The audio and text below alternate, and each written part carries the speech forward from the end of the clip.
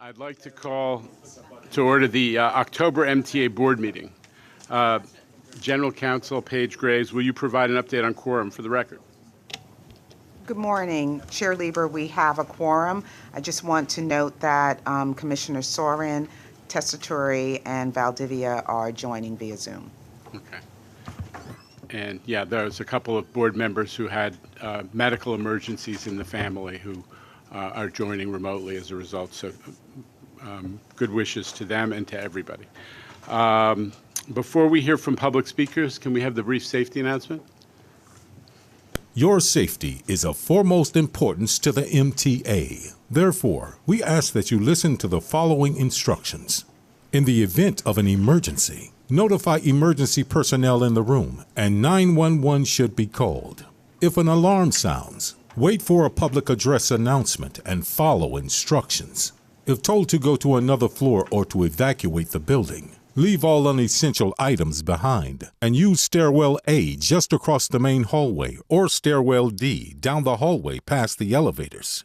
An automated external defibrillator, AED, for use by trained personnel is in the main hallway just past the elevators. Thank you and have a safe day. Thank you. Daniel, can we hear from public speakers, please? Good morning, Mr. Chairman. We have roughly 30 members of the public registered to speak today. We ask that all public speakers adhere to the MTA's rules of conduct and decorum.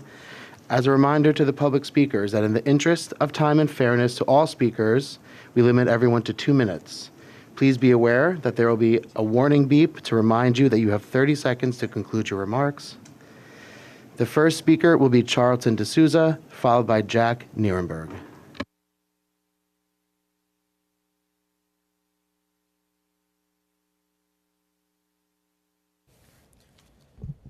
Good morning, everyone. My name is Charlton D'Souza, President of Passengers United. Last month at the board meeting, we were all told the subways were safe and everything was good and ridership was coming back. Well, guess what? We've had 4 people killed in the subway. 4 people. And what I need this board to understand is we at Passengers United, we've declared a state of emergency in the subways. I've been to all these crime scenes. I've been there. And it is devastating to the community.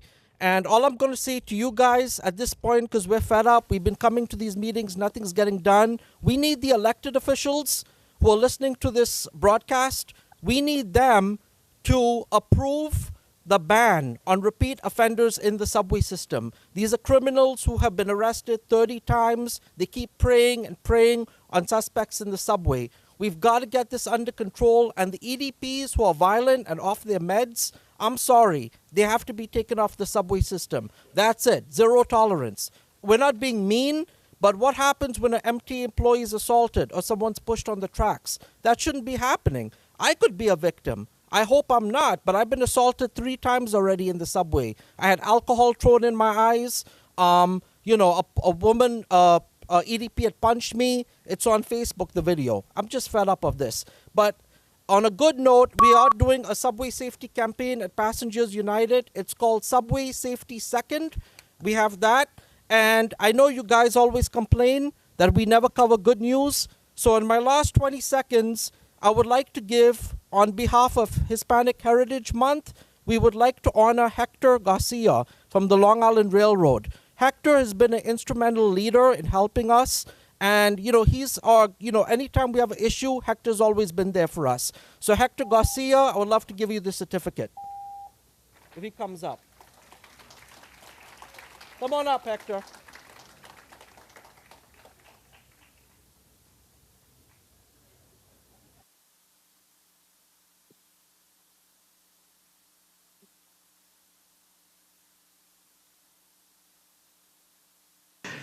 Thank you for your remarks. Our next speaker will be Jack Nierenberg, followed by Alita Dupree. Okay, good morning, everyone. I'm Jack Nierenberg, and I'm the Vice President of Passengers United. So, first of all, I want to mention that after I spoke at the last board meeting, swift action was taken to upload the live recording sessions from July's meeting. So, kudos to you for really taking action on that promptly. So secondly, as Charlton stated before, there's been a spike in crime in the subway system, and after watching the press conference with the mayor and the governor, I am hopeful that these measures that I believe should have been taken a long time ago will be somewhat effective with that.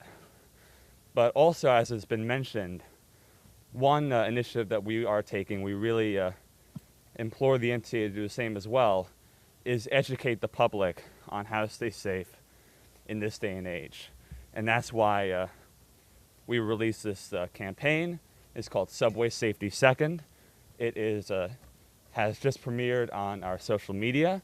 It's going to be consisting of informational posts, YouTube videos, and hopefully in-person engagements such as school presentations, rallies, and so on to help educate the public. So that's going on. And just wanted to highlight the incident that happened at the Columbus Circle station where someone's clothing got caught in the subway door and they were dragged along and killed as a result. What could be beneficial is to have a delay when the door chime sounds, to have a delay before the door closes. That would serve as a warning because the current announcement has not really been effective. Thank you very much. Thank you for your remarks. Our next speaker will be Alita Dupree over Zoom, followed by Michelle Grossman. Thank you again. Good to see you. Good morning, Chair Jano Lieber and members. Alita Dupree for the record. My pronouns are she and her. How about some Grand Central subway for you? Goes with Grand Central Terminal. Just briefly, I'm looking forward to Grand Central Madison, and because I want to use it, and continue working on the Omni, especially for reduced fare. And thank you for putting up the additional public testimony from those last two meetings. So we always want to make sure that gets put up because everybody needs to be heard regardless of when they speak. So thank you for doing that. I really appreciate it. I'm going to take a different tack today. And I'm sorry, I didn't make it back to New York again, maybe in November. I have issues, but I did make it to Chicago and rode on the L. And I was thinking about New York and this system that I truly believe in and grew up on. And it's not a perfect system, but it's a work in progress and it's a good system. I'm afraid of flying on airplanes. I've flown 33 times in about 15 months. I still don't know very much about aircraft engines, but I choose to be informed. So I'm going to get on the subway and own who I am as a disabled veteran wearing a skirt because I want to fully participate on this subway. And the subway, in the 52 years that I have used it, has always welcomed me. I'm going to bring you positive energy.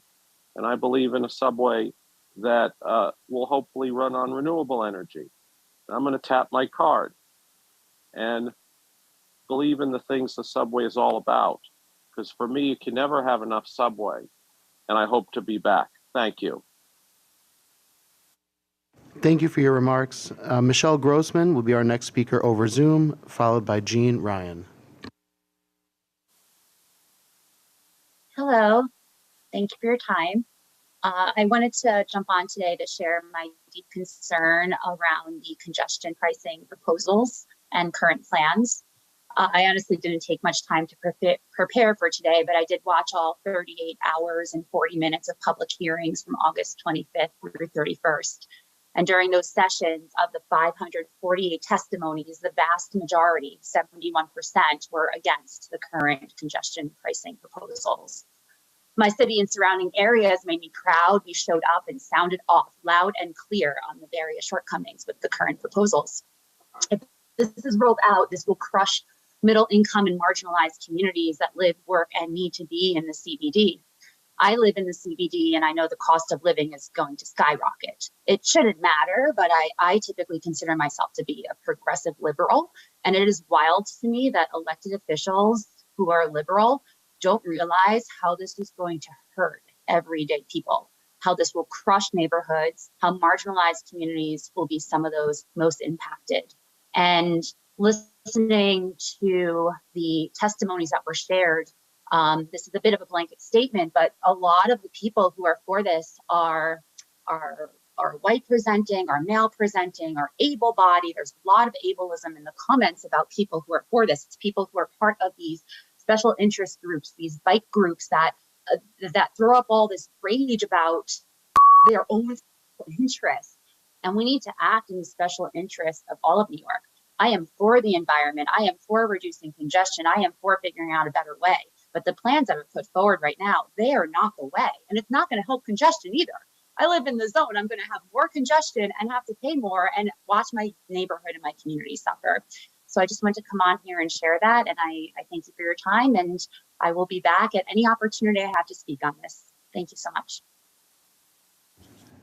Thank you. Thank you for your comments. Jean Ryan will be our next speaker, followed by Kara Leibowitz.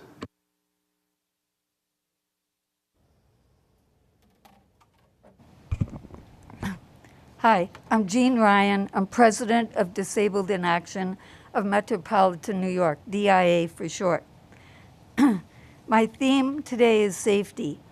The announcements at the beginning of the meeting talk about taking the stairs in case of an emergency. That will be the day when I go down the stairs at any time. I'd have to have a miracle cure. So what do wheelchair users do in case of an emergency? Nothing? The other thing I want to talk about is safety on Access-Ride, on the broker service. Too many of the drivers in broker service do not secure us or our wheelchairs, and it's the law that we have to wear a safety belt. It's everybody has to in the car. We're not exempt, but we can't do it ourselves. Like you just get into a car and you hook the seatbelt. We can't do that. We can't secure our chairs by ourselves, and we can't secure our safety, our seat and our seatbelt and our shoulder harness ourselves either. The driver has to do that.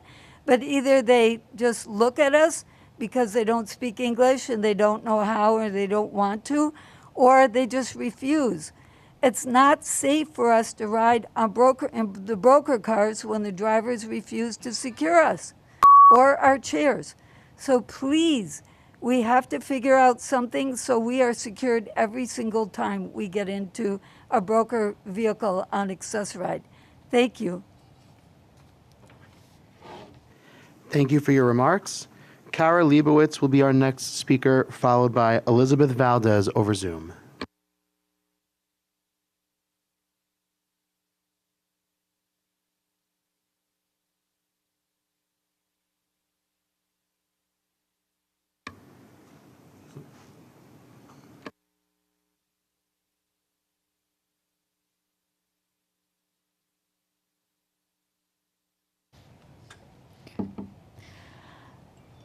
Good morning. My name is Kara Leibowitz, and I'm the Advocacy Coordinator for the Brooklyn Center for Independence of the Disabled, BCID.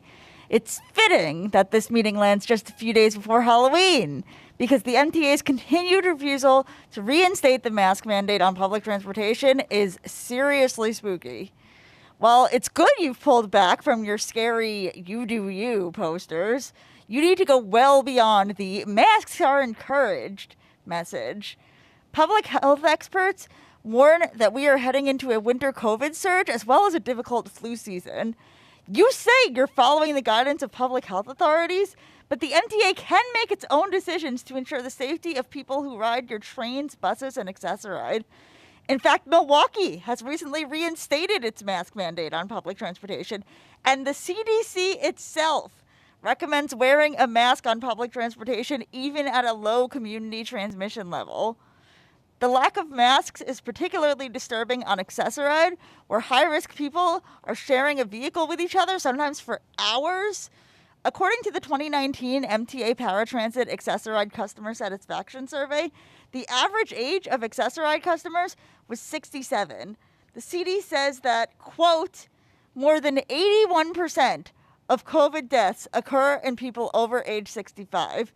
The number of deaths among people over age 65 is 97 times higher than the number of deaths among people ages 18 to 29 years. Many Access-a-Ride riders also have underlying medical conditions that make them at high risk for COVID complications, like I do. Yet you aren't taking the most basic precautions to protect the most at risk among us. At the rate we're going, the only masks the MTA will see are Grim Reaper masks. Chairman Lieber, we urge you to rethink your position and reinstate the mask mandate. Thank you. Thank you for your remarks. Our next speaker will be Elizabeth Valdez over Zoom, followed by Rick Haran, also over Zoom. Good morning. I'm Elizabeth Valdez, Systems to Advocate for the Brooklyn Center for Independence of the Disabled, BCID. I ride Access-a-Ride, and I'm here to urge you to reinstate the mask mandate to protect riders like me and to ensure the decline in the spread of COVID. If everybody in a vehicle wears a face mask, the risk of transmission is immensely decreased because it's harder for the droplets from sneezes and coughs to be released into the air. It's estimated that 40% of persons with COVID-19 are asymptomatic, but potentially able to transmit the virus to others. Masks protect those that are immunocompromised and the elderly population, which make up the majority of the Access-a-Ride riders. Wearing masks help us regain freedom by reducing virus transmission in our community and making every interaction safer. It's time for the return to the mask mandate to protect the riders. Thank you. Thank you for your remarks. Rick Haran will be our next speaker, followed by Jason Anthony. Hello, Board. Congratulations to the MTA and particularly Mark Roach on the completion of the LIRR third track project. The third track seems to be a textbook example of how a new, more efficient MTA can successfully complete large projects on time and under budget, all while effectively managing community concerns during construction. It seems that the Coney Island and 207th Street Yard projects are following similar trajectories.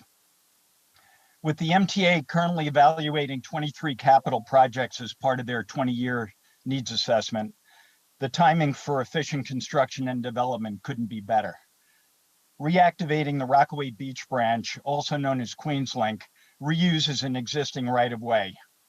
Like the IBX, the reuse of existing transit assets on projects like this should significantly reduce the cost. We look forward to learning more details about how the various aspects of this, the projects in the 20-year needs analysis will be measured. Thank you for your time. Thank you for your remarks.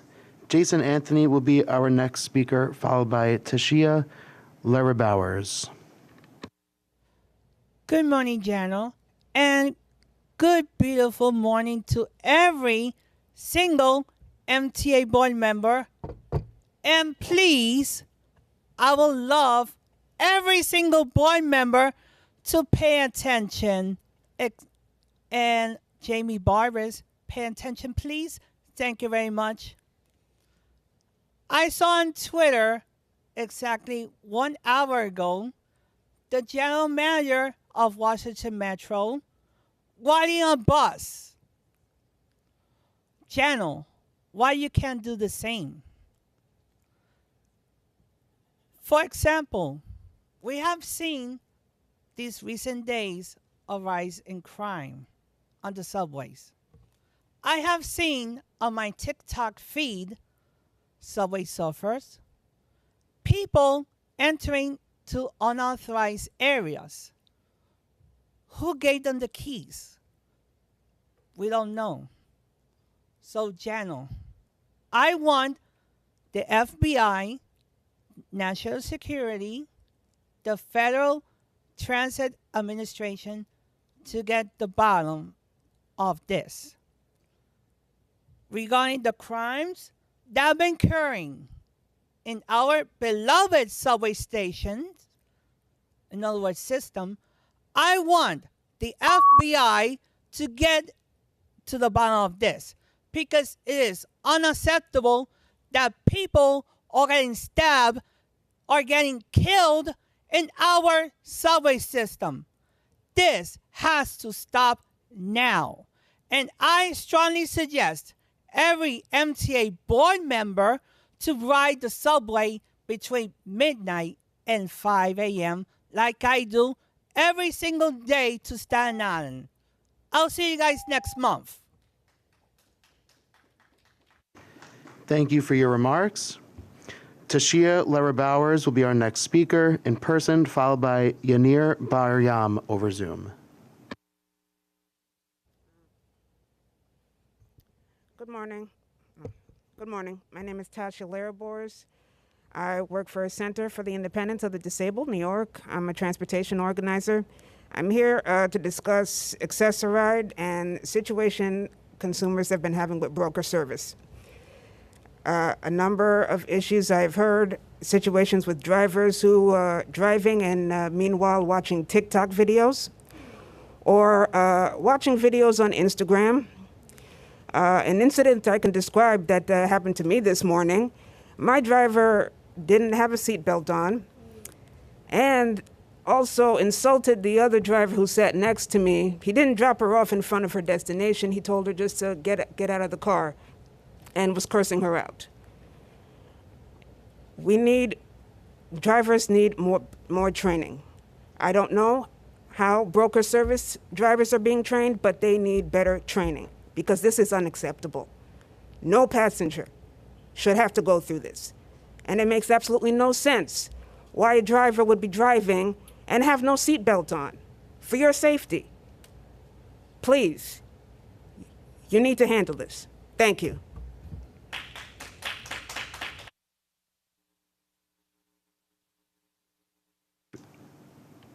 Thank you for your remarks.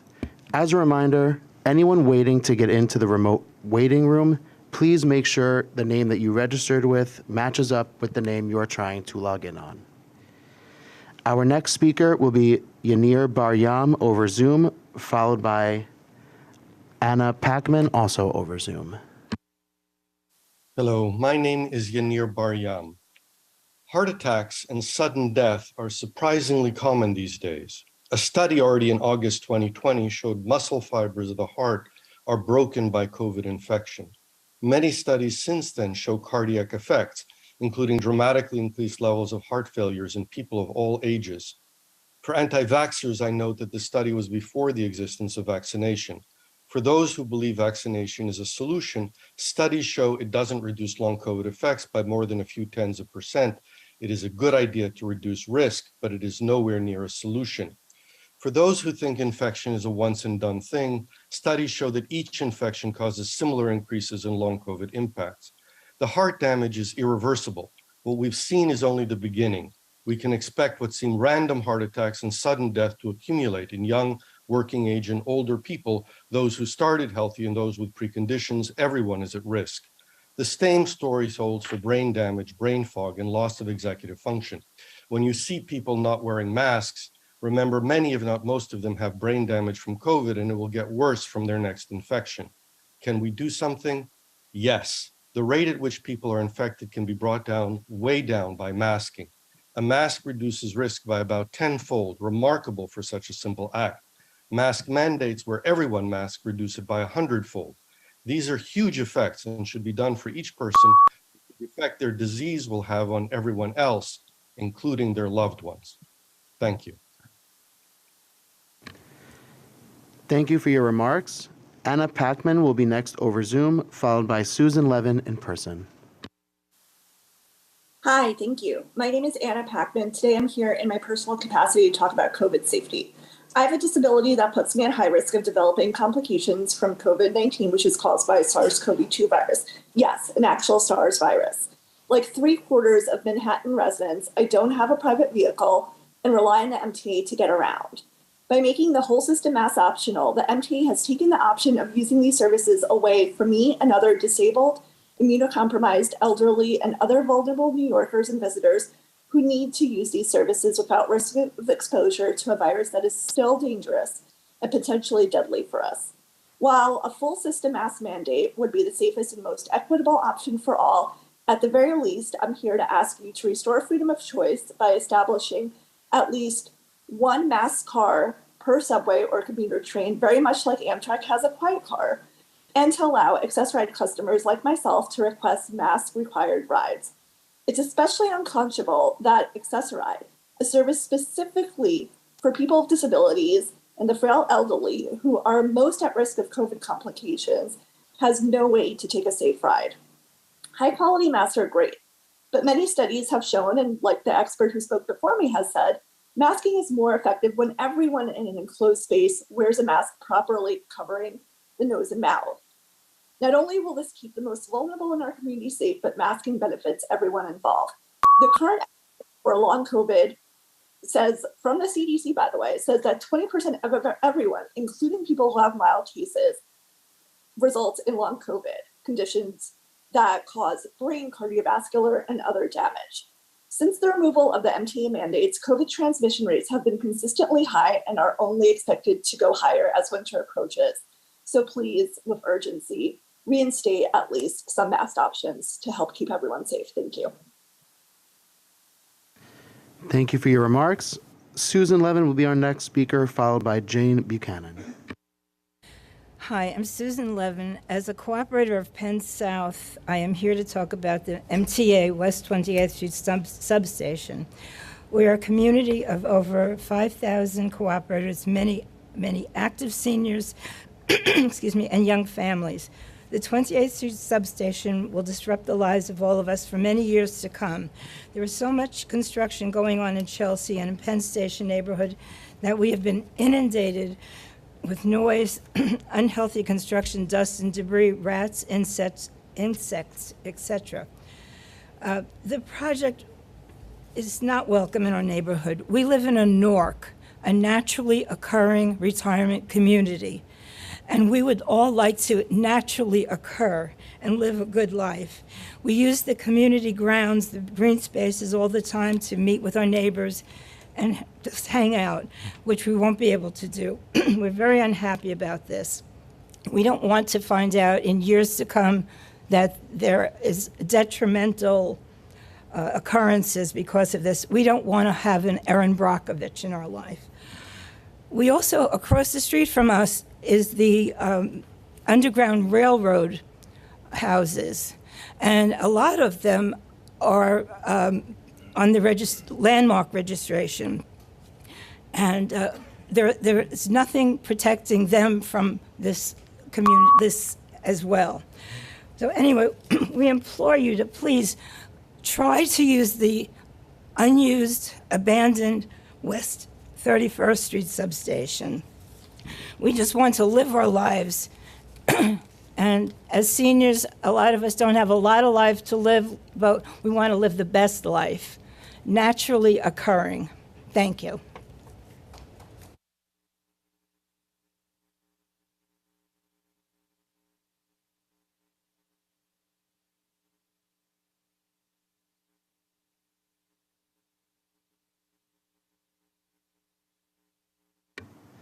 Sorry about that. Thank you for your remarks. Jane Buchanan will be our next speaker, followed by Lisa Geeson over Zoom. My name is Jane Buchanan. I live in the Chelsea neighborhood of Manhattan at the Penn South Housing Cooperative. I am here to protest the MTA's plans to build an underground high wattage substation on West 28th Street, a highly residential block in the midst of Penn South. Penn South is one of the last middle-income enclaves in Manhattan, now surrounded by higher income areas such as the High Line and Hudson Yards. Is the MTA aware that Penn South is an historic NORC naturally occurring retirement community, one of the first in the United States to be recognized as such, and further, that there is a United Cerebral Palsy adult residence on the ground floor at 28th and 8th. The proposed location for the substation is adjacent to 3 of Penn South's apartment buildings, home to thousands of people. More than 50% are senior citizens. Residents and our board are asking the MTA to move the substation to a non-residential site. It beggars belief, considering the nearby commercial district containing Penn Station and the Vornado project, that the MTA cannot find an appropriate site. I am part of the Stop 28th Street substation movement. And this past Sunday, October 23rd, we held, in conjunction with our board, a protest rally that drew an overflow of Penn South residents plus neighbors from nearby streets. Our elected officials joined us in voicing opposition to the substation. The substation at 28th Street must be stopped. It is wrong for our residential neighborhood.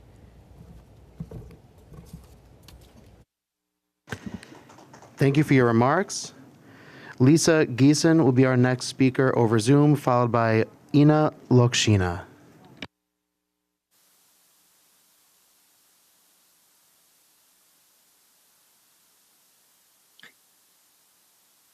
Good morning. My name is Lisa Geeson.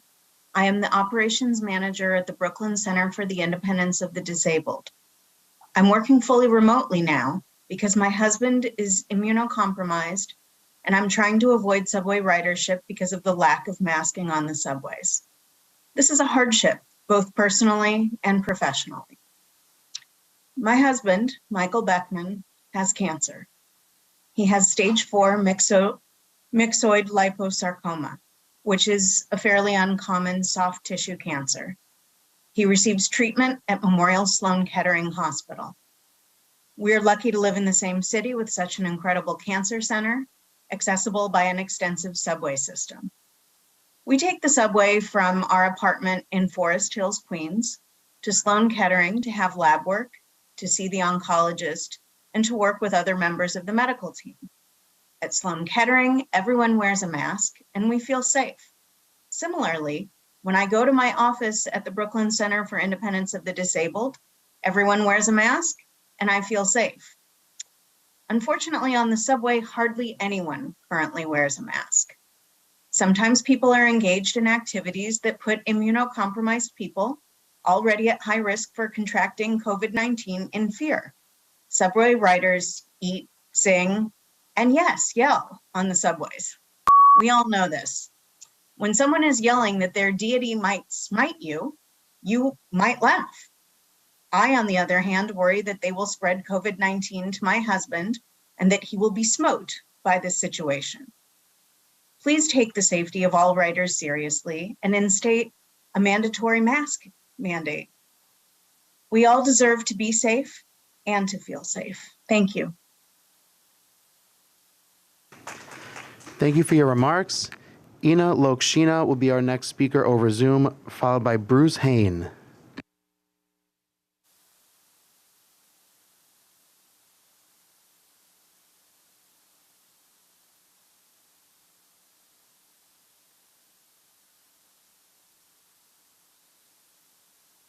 Hello, my name is Ina Lakshina.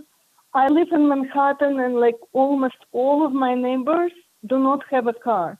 The subway and buses are necessary for me to go to doctors and visit family. I'm 71 years old and COVID is still a risk for me and 1 million other older adults in New York City, as well as people like my disabled daughter.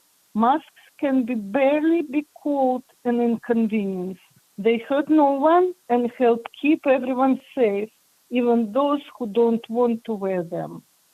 40% of spread is asymptomatic, so unless everyone wears masks, chances are high that the crowd subway is full of people who are infectious and don't know it yet. Please reinstate the mask mandate to keep all MTA riders safe. At minimum, there should be at least one car on each train where masks are required.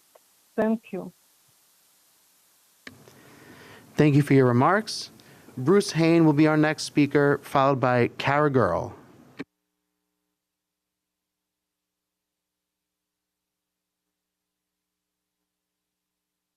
Good morning. I intended to come Monday and speak and get 4 minutes before one or the other committee, probably capital projects, capital whatever, capital program committee. But Thank you, my friend. sorry about that. Yeah, I intended to come Monday, and now I'm out 30 seconds. So I started writing some crib notes, and what happened was I wrote this thing, and now I'm going to hope that I can get it to board members in my presence, so I know they got it. Then I didn't show up Monday because I wrote this thing and I had to go to the doctor. So I went to Brooklyn. And I was too tired by the time I got off the F train and went to the doctor. It took 2 hours to get there. I don't know, hour, 45 minutes. And then I decided to take the LIRR back. Well, there's one thing I complain about in here is to the new platform, you have an inbound track and an outbound track. And the inbound track going on Atlantic Avenue, it goes over a flyover, an old flyover, but they built a new bridge that looks like it's made for 2 tracks, but apparently it's not because they've got this loopy curve going over that takes up the whole bridge. So you can't have 2 tracks there, although if the alignment were different, you might be able to, and if you got rid of the conduits, I don't know. But, so you have a grade problem there, and they cut off the old track and dead-ended it in my imagery. But when I rode over the bridge, they had created the directional conflict that happens when you put the 2 of them together. And then I see there are some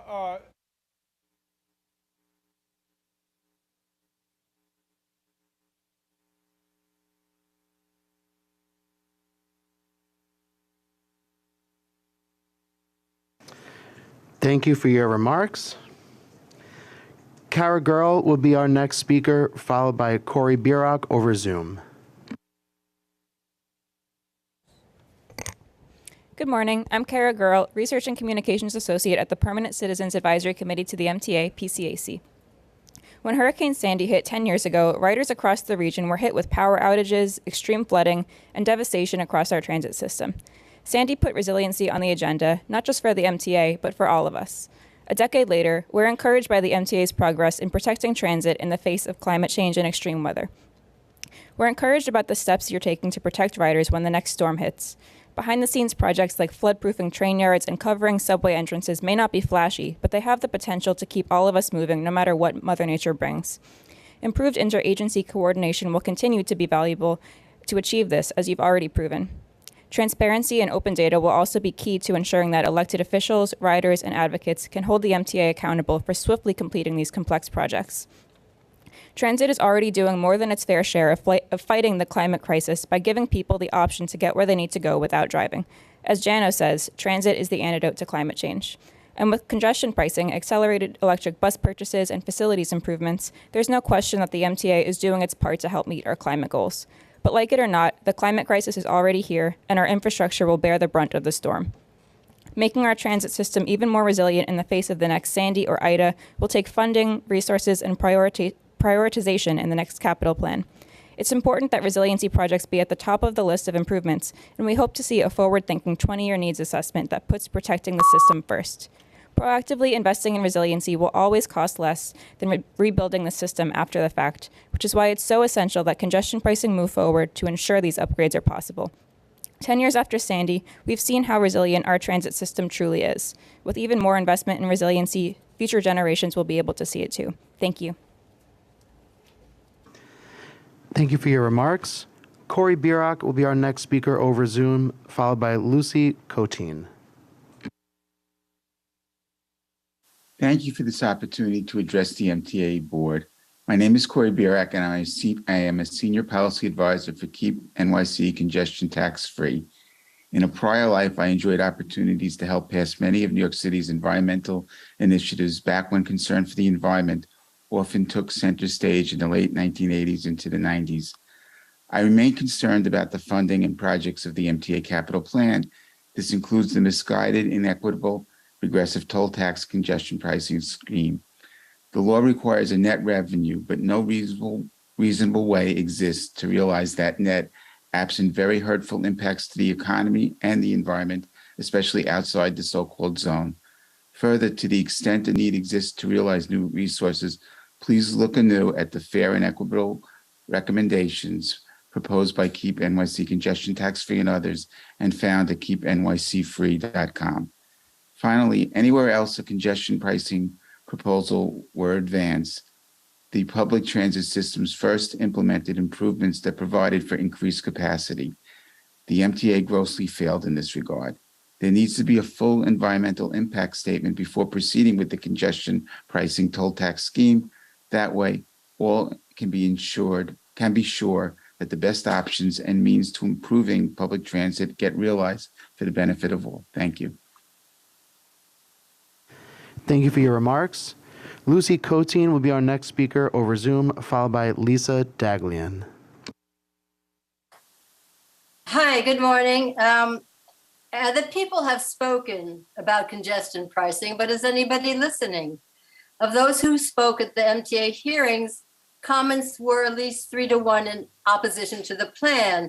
I listed 45 points that people made against the congestion pricing plan made by those speakers. Those in support have been mostly young and actually white men who show no understanding, no compassion, no thought of the needs of anyone but themselves.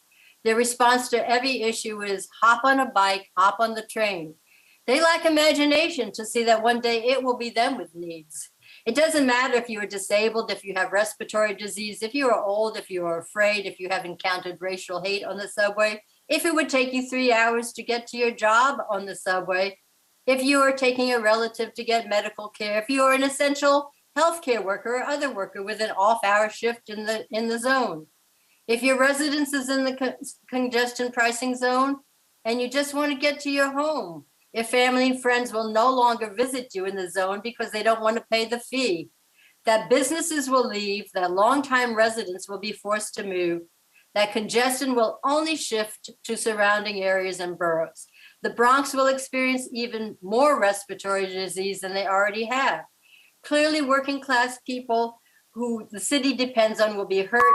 And no, it is not only the wealthy who own cars. At a time of soaring inflation and financial hardship, there are no exemptions from the money passed on, which will increase the fees that trucks have to pay.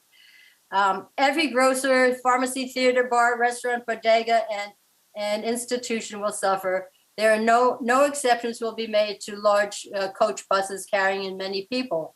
The city has created the congestion with the endless construction of high rises and closed off streets and bike lanes. The repeated refrain from so many speakers is that the public does not trust the MTA.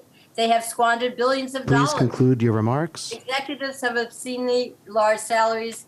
There are position duplications.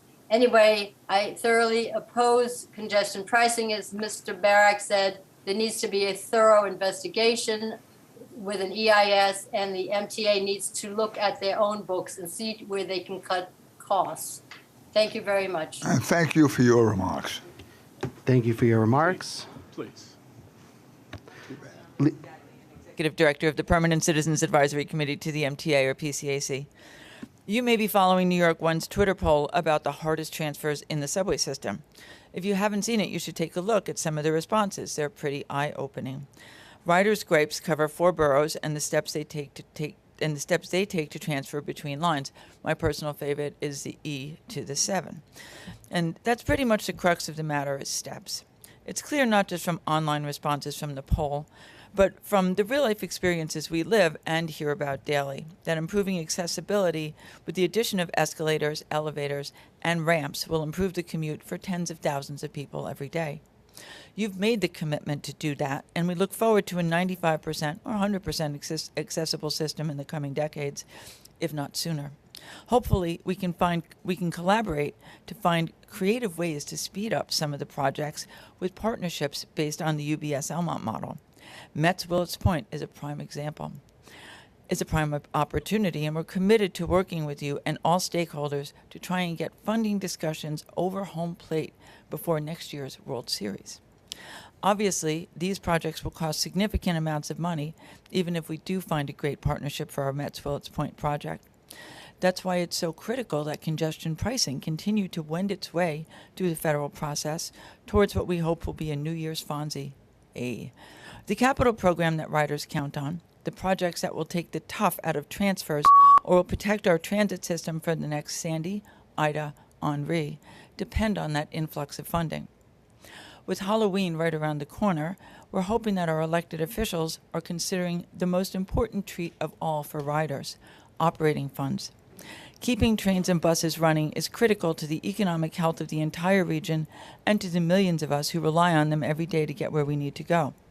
Without new funding sources, including from the federal government and New York State, the MTA will see bloody red ink for many Halloweens to come, and riders will be the ones to suffer. And that's a very scary proposition. Thank you. Thank you for your remarks. Sally Wolf will be our next speaker, followed by Kimberly Phelan over Zoom.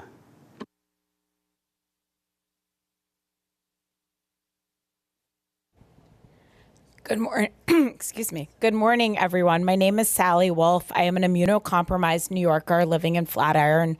We met last month when you were kind enough to hear my idea for my hope for masked cars or masked sections of cars. I'm here today because I would love to see this implemented. It simply takes signage. People will do the right thing. In cars, in those small sections of cars, I rode the Long Island Railroad and Metro North last week.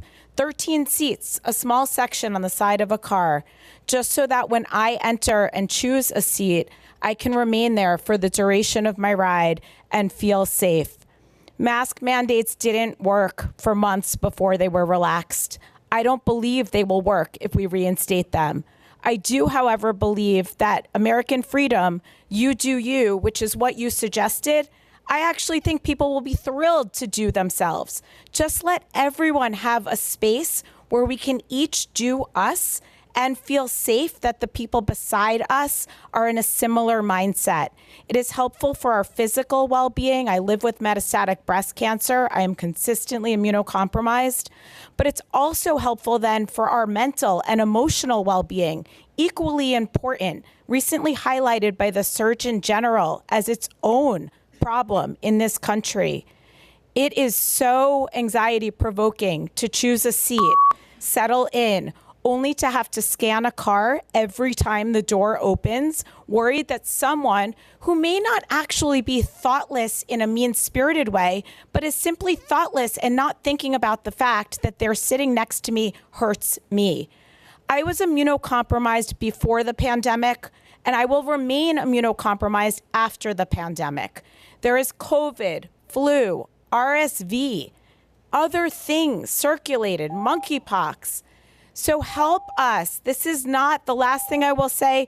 COVID did not create the problem for immunocompromised Americans. It simply highlighted that it is complicated to navigate a dense city like New York in an immunocompromised body. Let's do the right thing and learn from the pandemic and move forward.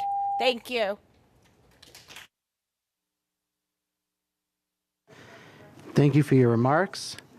Our next speaker will be Kimberly Phelan over Zoom, followed by T.D. Mitchell over Zoom as well. Kimberly Phelan, I'm speaking as a community member. I was asked by CARES to speak. I live right by the railroad station in Queens, in Richmond Hill, on Bessemer and 84th Avenue. I'm really concerned about the 1970 trains that are not being retooled, and you have been given a $25 million budget and nothing has been done. My ancestors built the trains. They built the rails. They worked to do this. And I don't think today they would want to see the old transmissions, especially when I'm sleeping at night at 2 and 4 in the morning when the trains come. My windows open, the fumes come directly into my face every single night. I am currently on an inhaler now, and I deserve to have fresh air. And there's no reason why we cannot retool the trains. And I know that's something my ancestors would want to see. So why is this not happening for the community, for the women, children, and men? Everyone here is being affected, not just me. So I don't speak for myself only. And you know what? New Jersey is doing better than us.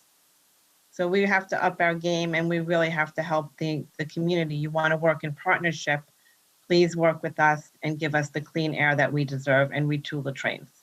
Thank you. Thank you for your remarks.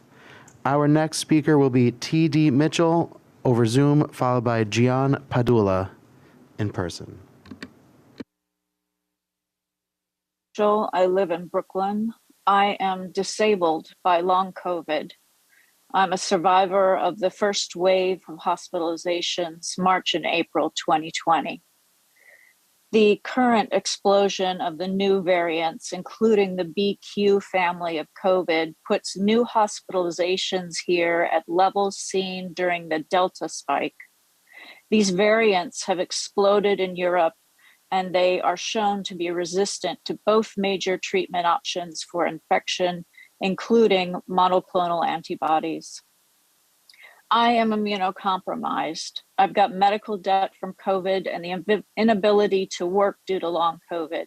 And that means I don't have the funds to take a cab to my Mount Sinai long COVID and NYU COVID Center specialist appointments. I'm forced to risk my life to take the MTA transit just to try to save my life with medical care. I was in those hospitals where there were refrigerator trucks parked outside to handle the excess bodies. I saw many New Yorkers die around me. I wouldn't wish that sight on anyone. We know better now what to do to save our neighbors' lives. We know masking isn't difficult.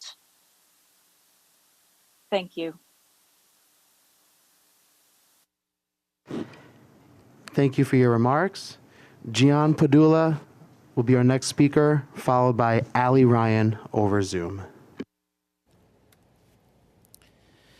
All right. Good morning, ladies and gentlemen. My name is John Padula. I'm a supervisor with Educational Vision Services from the New York City Department of Education. I'm also a member of the Advisory Committee for Transit Accessibility.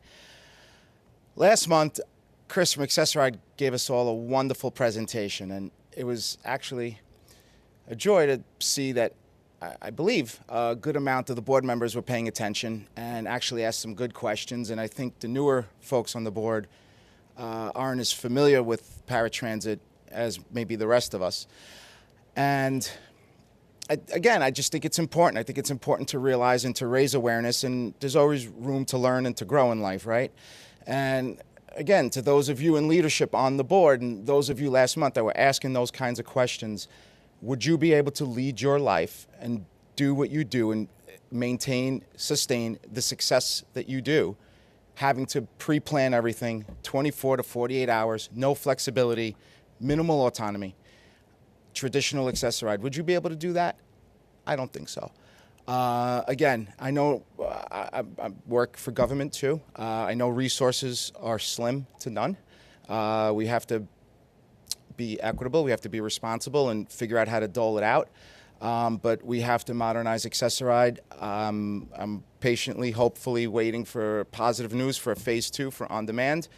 And we have to figure out how to give people flexibility and autonomy so everyone could live the life that we want and deserve and be successful. At the end of the day, we're all clamoring for different things, and all those things cost money. But if we can figure out how to get more taxpayers in this city and get more disabled working and moving and contributing, I think it'd be a good thing. So thank you all. Have a great day. Thank you for your remarks. Ali Ryan will be our next speaker over Zoom, followed by Ben Sands, who will also be over Zoom. Good morning.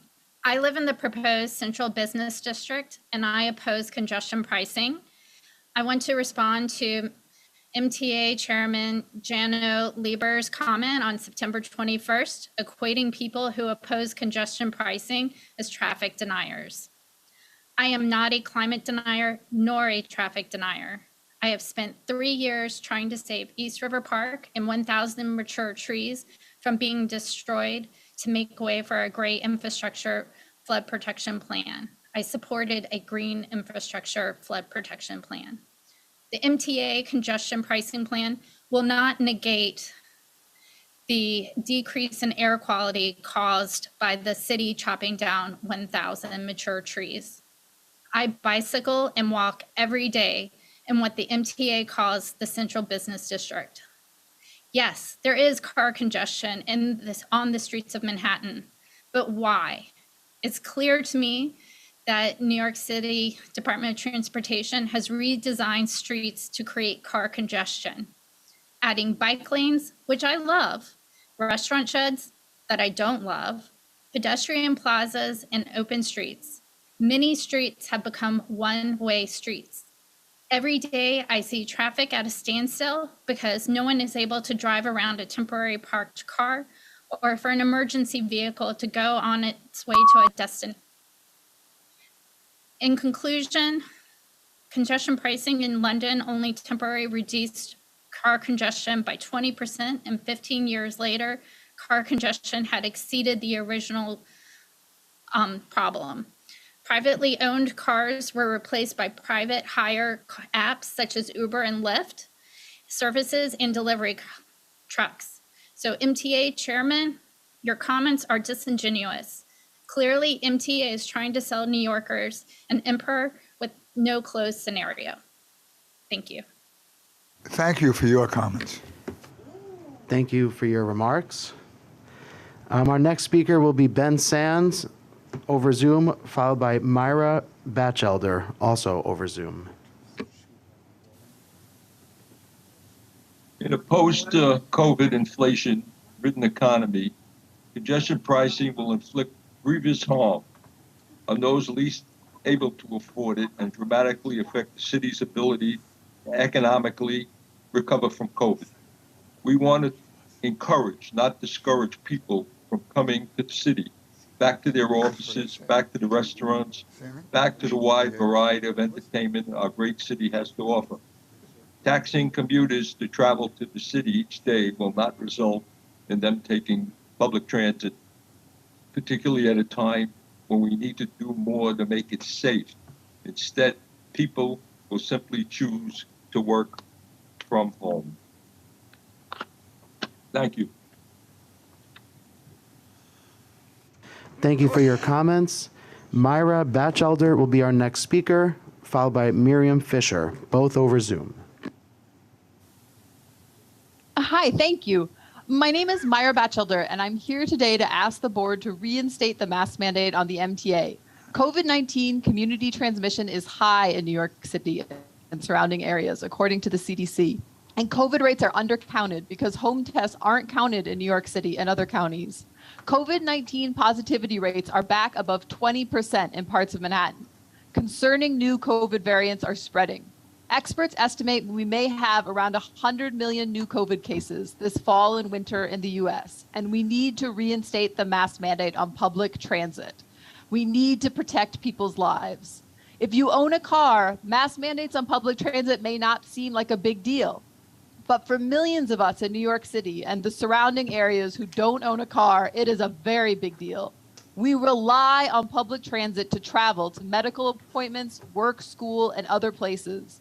In the midst of high COVID community transmission, ending the mask mandate on public transit has made our lives more unsafe. No one should have to risk getting COVID-19 in order to travel to doctor's appointments, hospitals, work, school, or other places. For those of us at higher risk for severe COVID, the risk has intensified. In addition, it's important to point out that everyone is at risk from COVID. Long COVID and serious health issues can happen to anyone.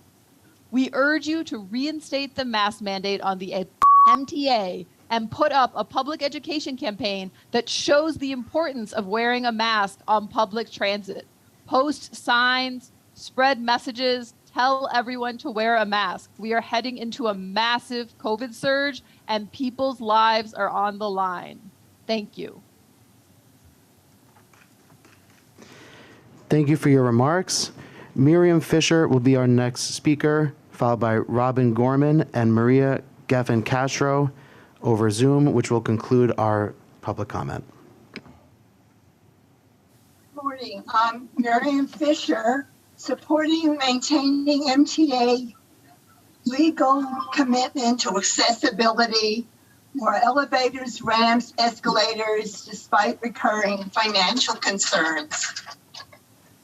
Restoring the mask mandate. In the last 12 months, 6 friends and relatives got COVID in enclosed spaces where masks were not worn. And this is after 2 years of COVID where nobody had gotten sick, including my nephew and his fiance got tested positive the day before their wedding. I want to also talk about light rail, which I hear no comments on, and put that on the vocabulary and agenda. Little awareness in New York City. It's a possibility of closing transit deserts and promoting more ridership and less driving, which is coming back full force. An example, Second Avenue Subway, a multi-billion dollar project. I've read some of the original plans which propose light rail and continuing transit deserts into the Bronx. Our New Jersey neighbor has light rail along the Hudson towns, and I've seen it many places in Europe, London. These could be our models. More announcements of elevator outage and warning people that the coming station has a non-functioning elevator. Often people are stranded and are not able to plan and rechange their routes, where I can do that, as those of us who are not in wheelchairs. People depend only on the elevators and don't have a lot of choices. Propose using digital technology for staff to activate announcements on the platform and trains, just as we announced that there's a change from Please conclude your remarks. a local line to an express, which I'm alert to since I live on a local stop, and I can plan ahead. Have sophisticated digital Ms. Fisher, please conclude your now. remarks. Thank you for listening. Thank you. Our final speaker for the day will be Maria Geffen Castro over Zoom.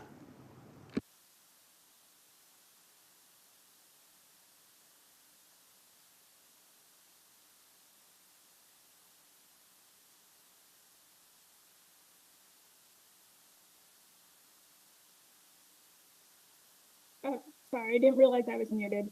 Thank you for the opportunity to speak today. I wanted to ask the MTA to reconsider reinstating the mask mandate on public transportation. I read somewhere that you feel hesitant to go against what the CDC is recommending.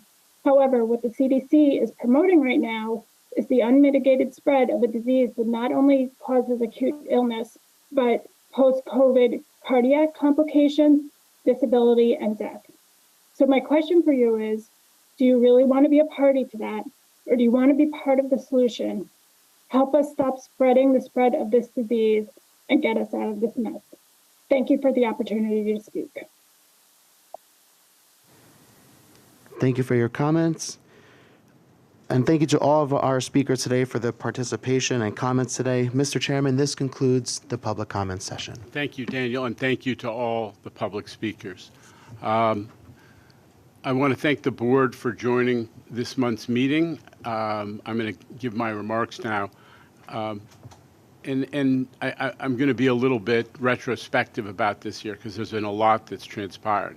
And recall, folks, that at the beginning of this year we set out an ambitious agenda for the agency, and it was improving service. The highlights were improving service, bringing ridership back, delivering on the capital program faster, better, and cheaper, and stabilizing the MTA financially in the face of the fiscal cliff. This morning, I'm going to highlight some of the progress we've made on each of these key areas because with the help of this amazing MTA team, we're really marching down the field and executing on that agenda as presented 9 months ago. But first, I do need to talk about safety because that's what's on everybody's mind and that's what's on my mind. Let me see. Last month, we heard from NYPD Chief of Department Ken Corey about the progress that we had made then on subway safety at our board meeting and on the next day, and in the next day on New York 1. Chief Corey enumerated NYPD and MTA efforts and the results. Lower rates of crime per million riders, reductions in gun violence, more arrests versus 2021, more fare evasion enforcement, and reduced numbers of subway homeless due to the success of our outreach program, including the end-of-line operations that were conceived by the MTA and have been executed in tandem with our partners in New York City and NYPD. And also dramatically fewer quality of life incidents at Penn Station. That was an important point that the chief made. Unfortunately, in the past month, we've seen a number of horrific, high-profile incidents in the system, including those that are portrayed on the screen here. Several involved random attacks, and several involved folks with a history of mental illness, of severe mental illness. Candidly, these few past weeks have wiped out the gains in rider perception that we had been slowly making throughout the year. So what are we doing about it? A lot. Because this is nothing new. The MTA has been attacking the safety and security issue since the beginning of the year and even before. The first priority after the peak of the pandemic was just getting police officers back into the system. As many of the board members will recall, in 2020 and 2021, when ridership was at its bottom, we were pushing City Hall, the prior City Hall, to add more cops. Credit to Sarah Feinberg, the former president of New York City Transit, who led that effort. We didn't really get anywhere in the prior administration. When I came into the acting chair role in August of 2021, I began pushing City Hall and the NYPD to deploy cops onto platforms and trains to the locations where our riders feel most vulnerable. Things changed at the beginning of 2022 with the inauguration of Mayor Adams, who, as a former transit police officer himself, understands the importance of this issue. Together with Governor Hochul, the mayor rolled out the Subway Safety Plan last January, which included a range of strategies and initiatives to improve safety and to address the large number of homeless people sheltering in the transit system. Among other things, the plan called for deploying SOS, Safe Options Support, outreach teams, and clinicians to help get those New Yorkers who are sheltering in the system the care that they needed. We helped those efforts by, as I said, conceiving and organizing a coordinated operation at the end of our subway lines, which includes, to this day, NYPD officers, outreach workers, and MTA professionals, where we meet folks who are arriving at the end of line who are not there really strictly for transit purposes and try to persuade them to get out of the system, to get out of the public space and into some kind of treatment and some kind of shelter that's better for them and better for the public. Hand in hand with that effort, the MTA developed a major communications campaign to remind riders of our code of conduct. We worked with the NYPD to make sure officers understood the importance of enforcing these rules. For example, rules about vandalism, loitering, drug use, and the presence of oversized and dangerous shopping carts. Those kinds of materials have led to some really terrible episodes in the past. The PD responded. In addition to everything else they have been doing, on top of the Transit Bureau deployments, they sent patrol officers into stations as part of their normal rounds. They increased their platform presence. That was what I was asking for, cops on platforms, cops on trains. And they also increased fare enforcement and ultimately have issued more summonses. The daily reports made clear that having cops on platforms was leading to a significant increase in arrests during and immediately after crimes or disputes. It's no secret that even though there have been some especially terrible episodes, every one of them, the collar is almost immediate or within a day. And more than a few of the quality of life stops have led to arrests of people carrying guns and other weapons. And I want to talk about one episode literally last night where the cops approached a guy who was drinking in the system, and they did they ran his ID, and he had an assault warrant out, and they searched him, and they recovered a loaded gun. This kind of enforcement is actually having an effect. But having more police in the system isn't enough if our customers don't know that they're there, which is why in recent weeks, the MTA and the NYPD have begun implementing a new system where officers identify themselves to conductors as trains pull into stations, so that announcements can be made to let folks know that there is law enforcement on the platform, and that if they have an issue, they can identify themselves and get assistance. The other piece of the puzzle is cameras, where the MTA has been stepping up our game since the onset of COVID. We significantly accelerated installation of new devices during the pandemic, extending coverage at 200 plus stations in just 12 months. Now all 472 stations have had coverage since last year, and together, all told, we have 10,000 plus cameras that are helping the NYPD identify and arrest criminals every single day. Now we're stepping up that program to put cameras on the train cars. This has never been attempted before. Rich Davey did a pilot of this. Everyone knows he's only been with us half a year. Rich did a pilot of this almost immediately, and we committed to extend it to the entire system. We're buying another 5,400 cameras so that the entire fleet can be covered. These efforts helped us get to where we were last month when Chief Corey was touting the improvement. But that was then, and as we know, the last few weeks have been incredibly challenging and upsetting. So we're coming together again with our mayor, with our governor, to supplement the subway safety plan with a new initiative Governor Hochul's calling Cops, Cameras, and Care. As part of this new plan, the NYPD is adding 1,200 additional officer shifts each day, a huge upsurge. That's the equivalent of the entire MTA police force. So you're talking about a major increase in shifts on a daily basis. And we are contributing to the effort by leveraging our staffing and our headquarters and our concentration in the commuter rail hubs to help the NYPD by adding folks adding MTA PD who are going to cover some of the subway areas within those commuter rail hubs. Emphasis not to be overlooked that all of the continuing MTA PD operations will continue. They will not be eroded, and that the state police have been deploying additional people to help us in all of our operations, so there's no reduction in our MTA PD operations. On cameras, we're going to continue accelerating the pace of installation, but what is most new here is the care component. Clinicians are going to be retrained on the proper utilization of their powers under the mental hygiene law, which they have, to hospitalize people suffering from severe mental illness who are in the subway system. Police officers are going to be getting new training, the ambulance drivers and other folks who have to participate in helping these people get into a secure care setting. And the governor has directed the creation of 2 new dedicated inpatient units at psychiatric centers to allow people suffering with severe mental illness who are sheltering the subway system to get inpatient treatment so they can start to get on the road to recovery.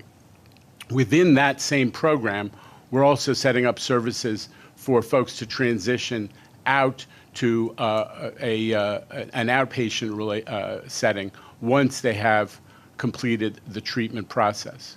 Listen, New Yorkers are compassionate, and it is painful to see people who are plainly unable to look after themselves suffering in our shared public space. But it also can be scary. when you're in an enclosed space or in a station with folks whose mental conditions, psychosis or otherwise, is prompting them to act out loudly, aggressively, or even, God forbid, to get physical.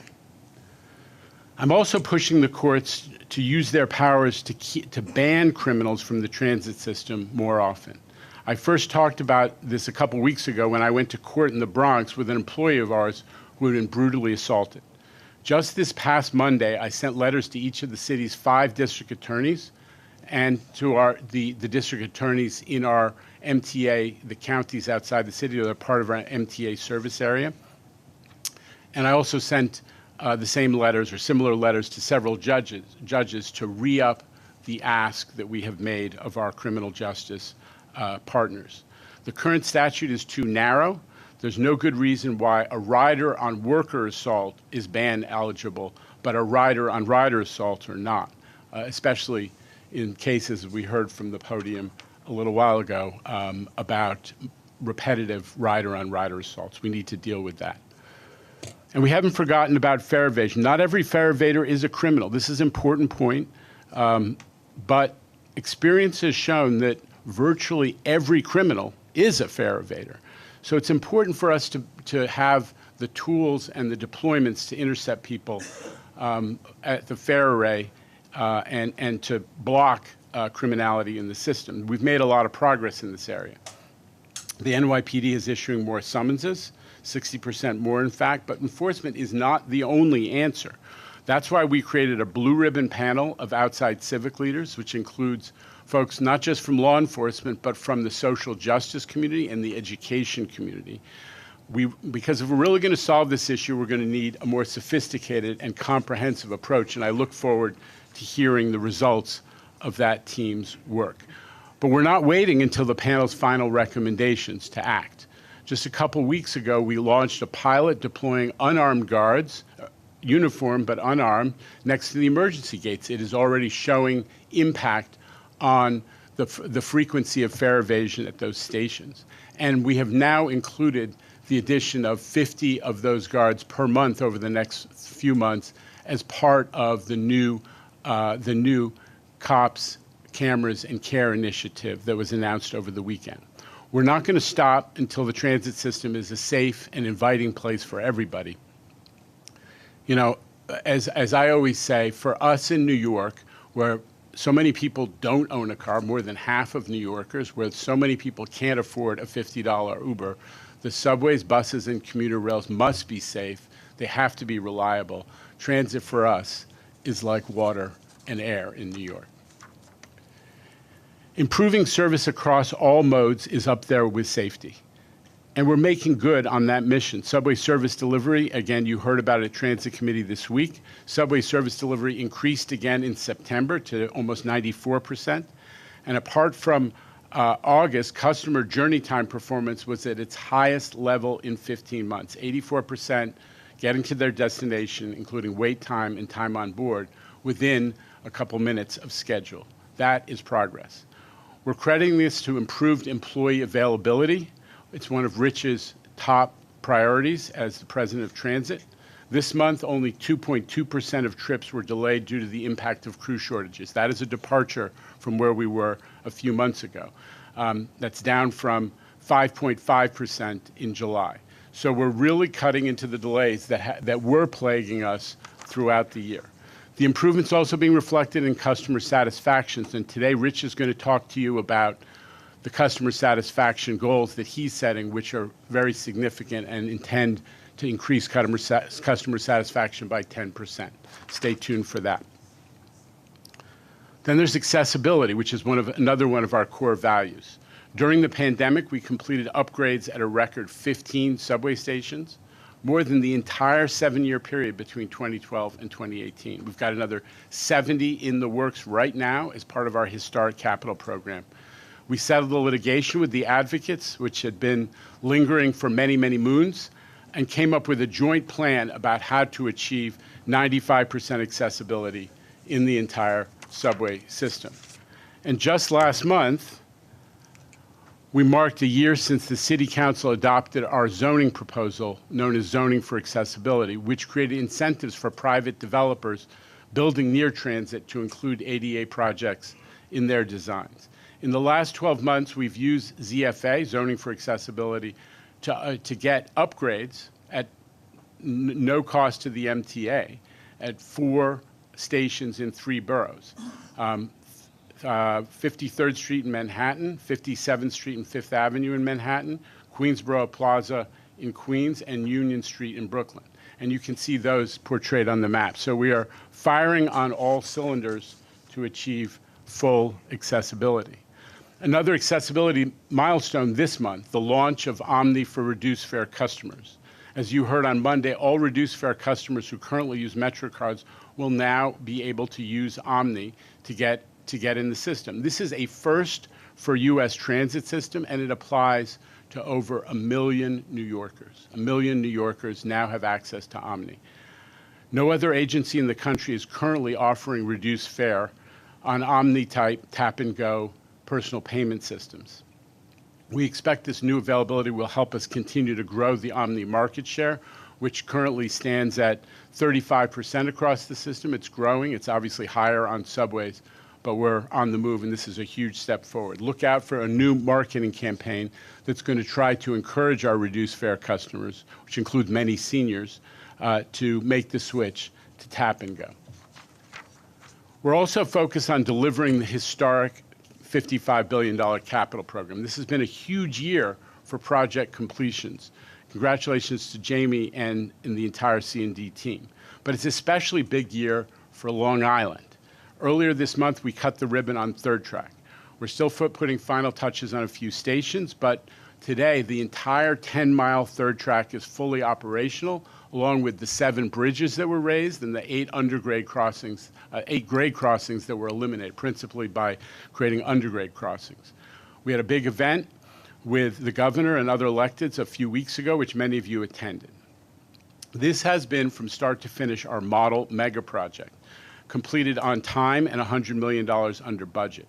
Proof that the new faster, better, cheaper motto that we set as the goal for MTA C&D is actually working.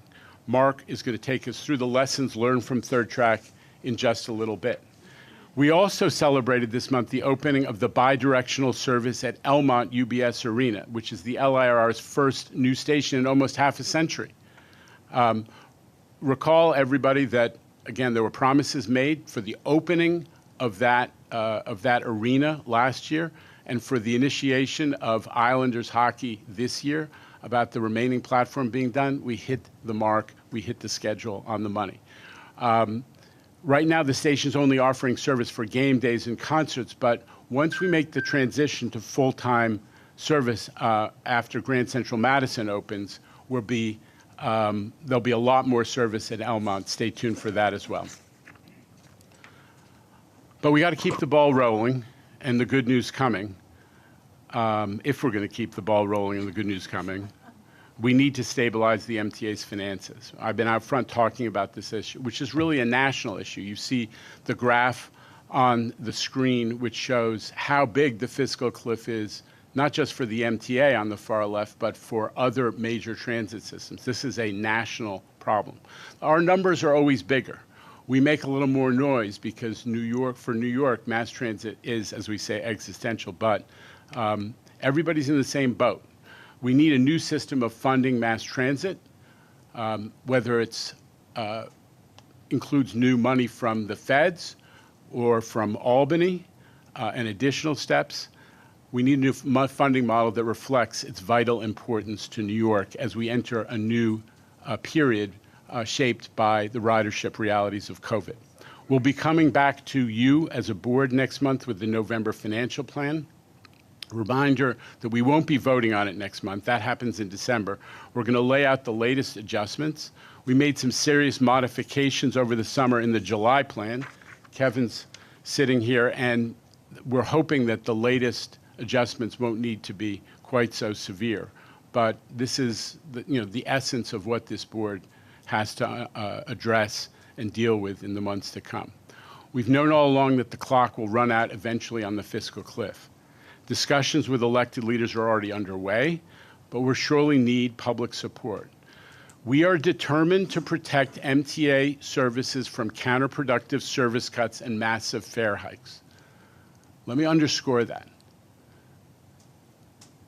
Service cuts we know this, that service cuts have a risk of starting a downward spiral for the city, for MTA ridership, and for the people who depend on us. So we're going to be very open about the fact that we do not think that is the right way to deal with the financial situation. But we do need New Yorkers to speak up about how important a high-functioning mass transit system is to their lives and to the region's future. I know that they will. So thank you for hearing me out on that. And with that, let me turn it over to Rich Davey. Thank you, Chair. Appreciate it. I'm excited to present to all of you today our, let's see if no. There we go. Our strategic operating plan to improve customer satisfaction for transit, faster, cleaner, safer. And I'll tell you why we focus on those three in just a moment. But let me just say first that I get the honor and opportunity to represent 47,000 workers at New York City Transit whose blood, sweat, and tears go into this work every day. A lot of it embodies what's already happening, or frankly, good ideas that were put on the shelf because of COVID or other issues the last couple of years that we are resurrecting and putting out to improve service for our customers. We certainly have challenges in transit. We've talked about those. We've heard from members of the public, our customers today. But one thing is true. We've been looking at customer satisfaction in transit over the last 4 years. It's actually at a historic high for both subway and bus. We have a long way to go, but our customers are saying we can see the improvements, particularly with service, the investments you've all made, and those who have come before us in the past years. We have work to do. And so, as Jano mentioned, our goal is to put a stake in the ground that by June of 2024, 7 out of every 10 customers, regardless of mode, paratransit, bus, and subway, they will be satisfied or very satisfied with the service we're providing.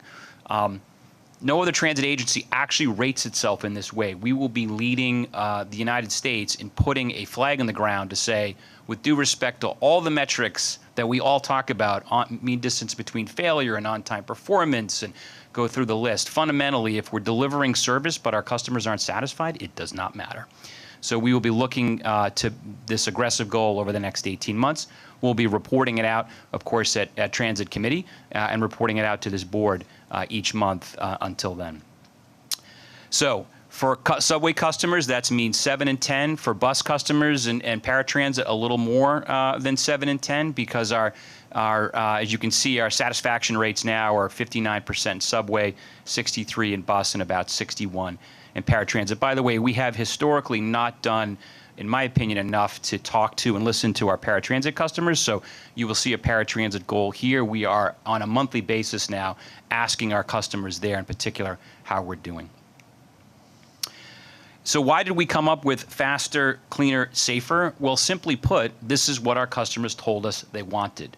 Obviously, the important and large investments that this board is making, a vote later, for example, on $1.8 billion in Kawasaki cars, CBTC, Jamie sitting next to me. Obviously, there's lots of big projects that are going to take time for us to implement and roll out.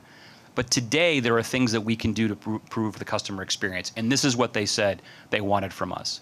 First is faster service. 2 is cleaner stations and vehicles, both bus and subway. 3 is a safer environment. Jano talked a lot about that just moments ago. I'll briefly touch on that.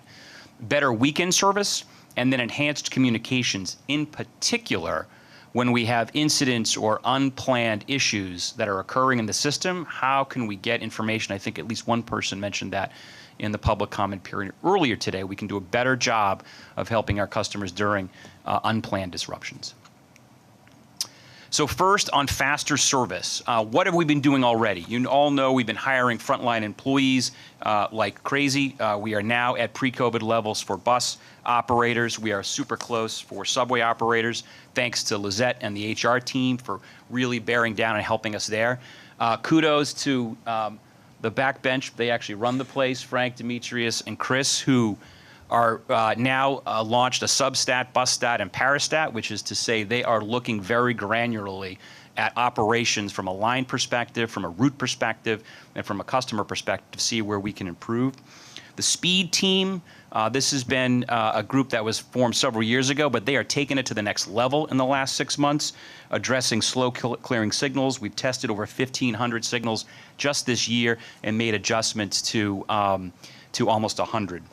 Next up, predictive maintenance, bus lanes. We've talked about those e-hail improvements that was asked. I do want to mention predictive maintenance as a call out. And this, again, kudos to Frank and the bus team. Something that happened well before my arrival is we worked with an AI company to see if we could look at using predictive maintenance technology above our telematics for our buses.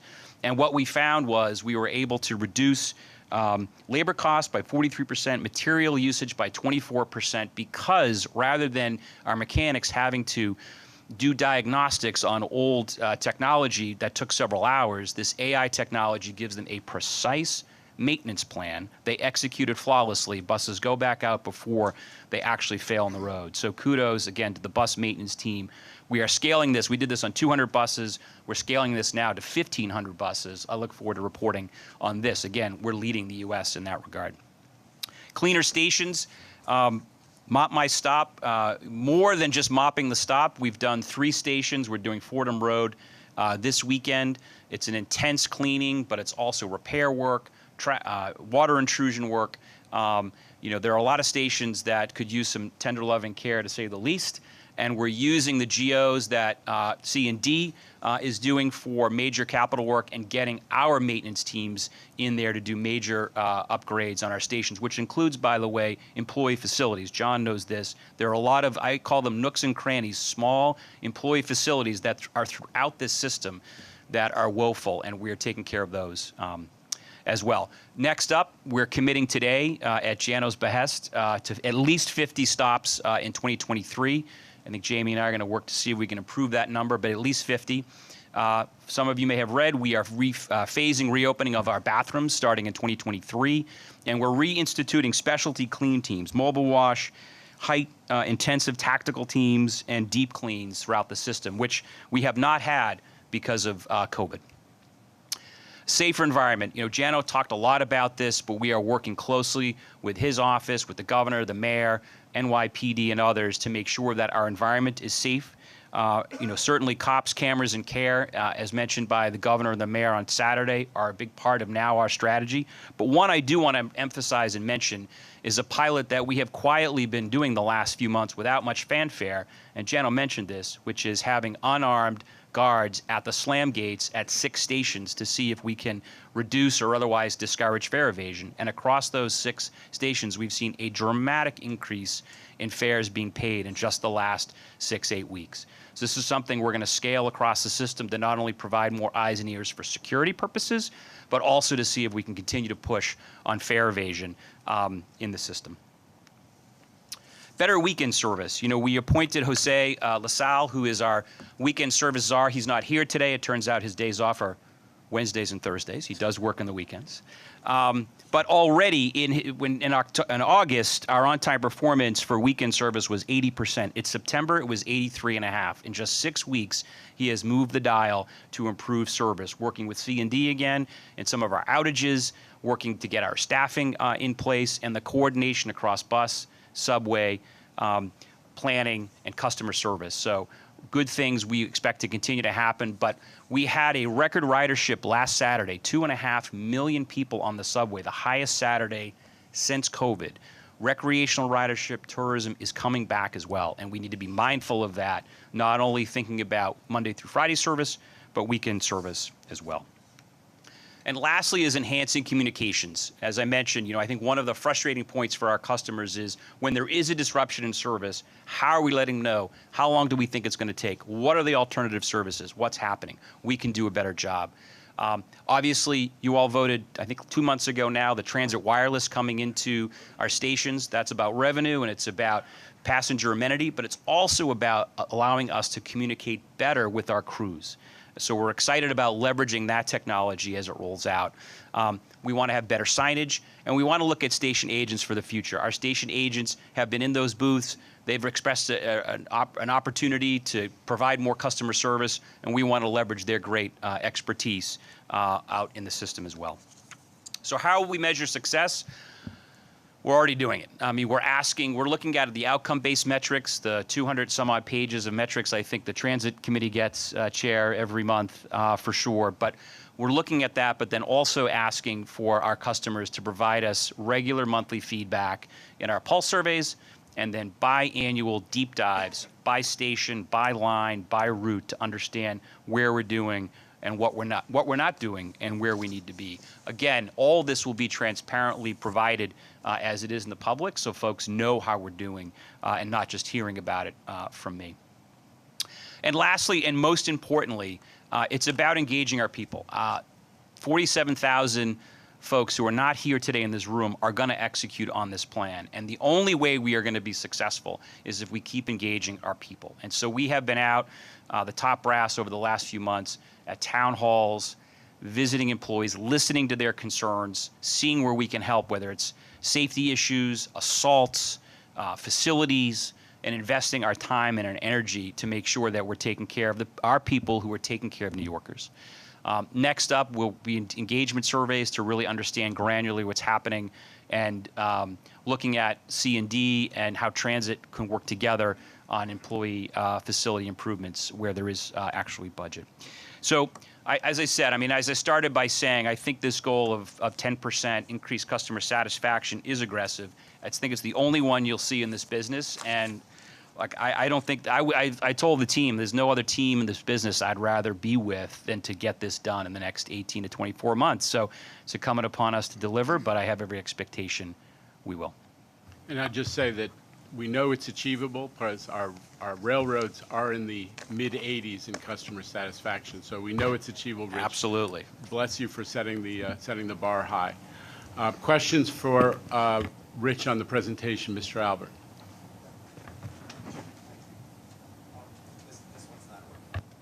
Oh, well. And this one's not working. Wow. This is a sign, I think. Rich, thank you for that. On the first item, the faster service, it's important how that question was asked of customers, because if somebody has a trip from, hypothetically, 86th and Lexington to Grand Central, which takes 10 minutes, are they saying we think it should take 6 minutes? Or is it the wait times that means faster service? I think that definition is really important. Yeah, I think it's all of the above. So it's you know, how long a customer expects to be waiting on a platform, and then the trip journey for sure. And so that's why we'll look at both. It's wait time and journey time. And then, you know, in particular for subways, Demetrius and team are now digging in very specifically. I think before we were going end to end on time performance. He and the team can now, under your hypothesis, look to see, you know, what that journey time is for customers within a line as opposed to end to end. Mr. Mack and then Mr. Bringerman. Okay, hi. Your presentation is excellent.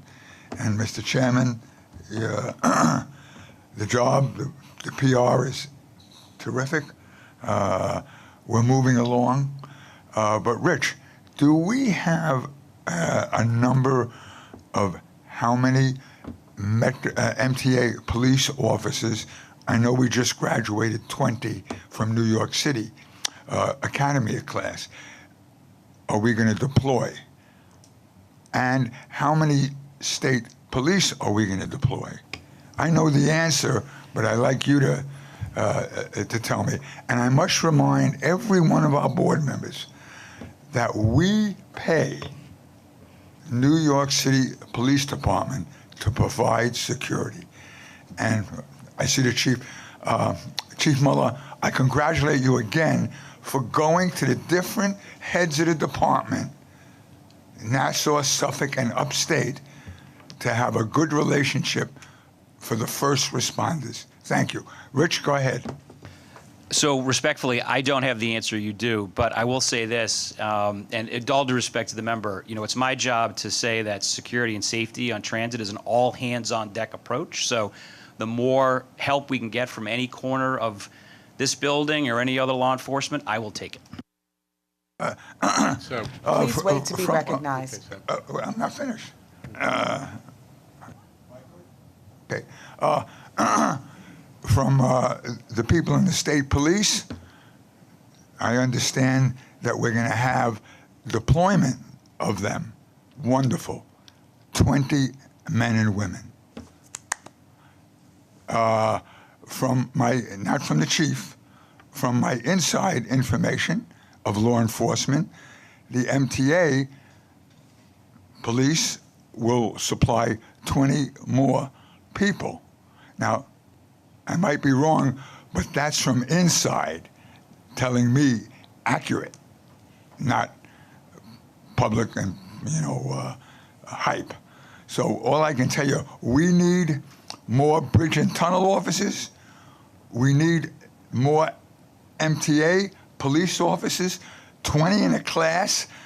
Nassau County will give you 100 in the next class that we do. Okay? And I speak for my department.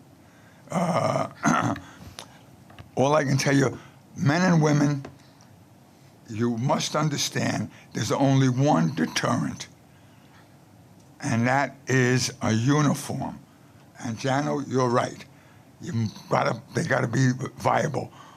But let us understand that there will be 4,000 possible retirements in New York City. And overtime is killing anyone. Money, money, money. So we gotta hire more bridge and tunnel officers, putting uniform civilians for fare evasion. Very good, a good move, Jano. Excellent, smart. It's a third of the price of law enforcement. So please, everyone should keep in mind, we are paying for that. Thank you. Okay. Do folks have questions for Rich? Mr. Bringerman was next. I think Mr. Zuckerman and Ms. Mihaltis were to follow. Mine's working. Here you go. Yeah, just a comment and a question. One, the comment, I think it's great that we're using the unarmed guards. I've always felt there was a place for like auxiliary type police in our system to help for security purposes. The question is, are these MTA employees or are these outsourced? These are outsourced. These are outsourced. Would they have radios that they could communicate with MTA police if they needed assistance? They currently do not. They're stationed close to station agent booths. They also have cell phones, but we can sort of look at that. Okay, that's just something you might want to look into. Thank you, sir. Can I add one thing to this? One point that Rich has made to all of us is the benefit in terms of dealing with the problem of vending machine vandalism. And this is what I thought was so interesting about this initiative, and one of the reasons we wanted to expand it was it is not just dealing with fare evasion, but the situations, which not everywhere, but there are there's some of them, where people are breaking the vending machines and then trying to, collect from people as they go into the system. So that's, I don't want to always focus on the fare evaders. It's really about creating a system that's better for our riders, a lot of whom are being impacted by that. David, Mr. Jones, I'll get, if I can get to you right after Mr. Zuckerman and Ms. Mihaltis, but that's just a little extra on that issue. Mr. Zuckerman. A couple of comments, Mr. Chair, and I thought you were going to pause after your very thoughtful opening remarks, so just a couple of things. One is you're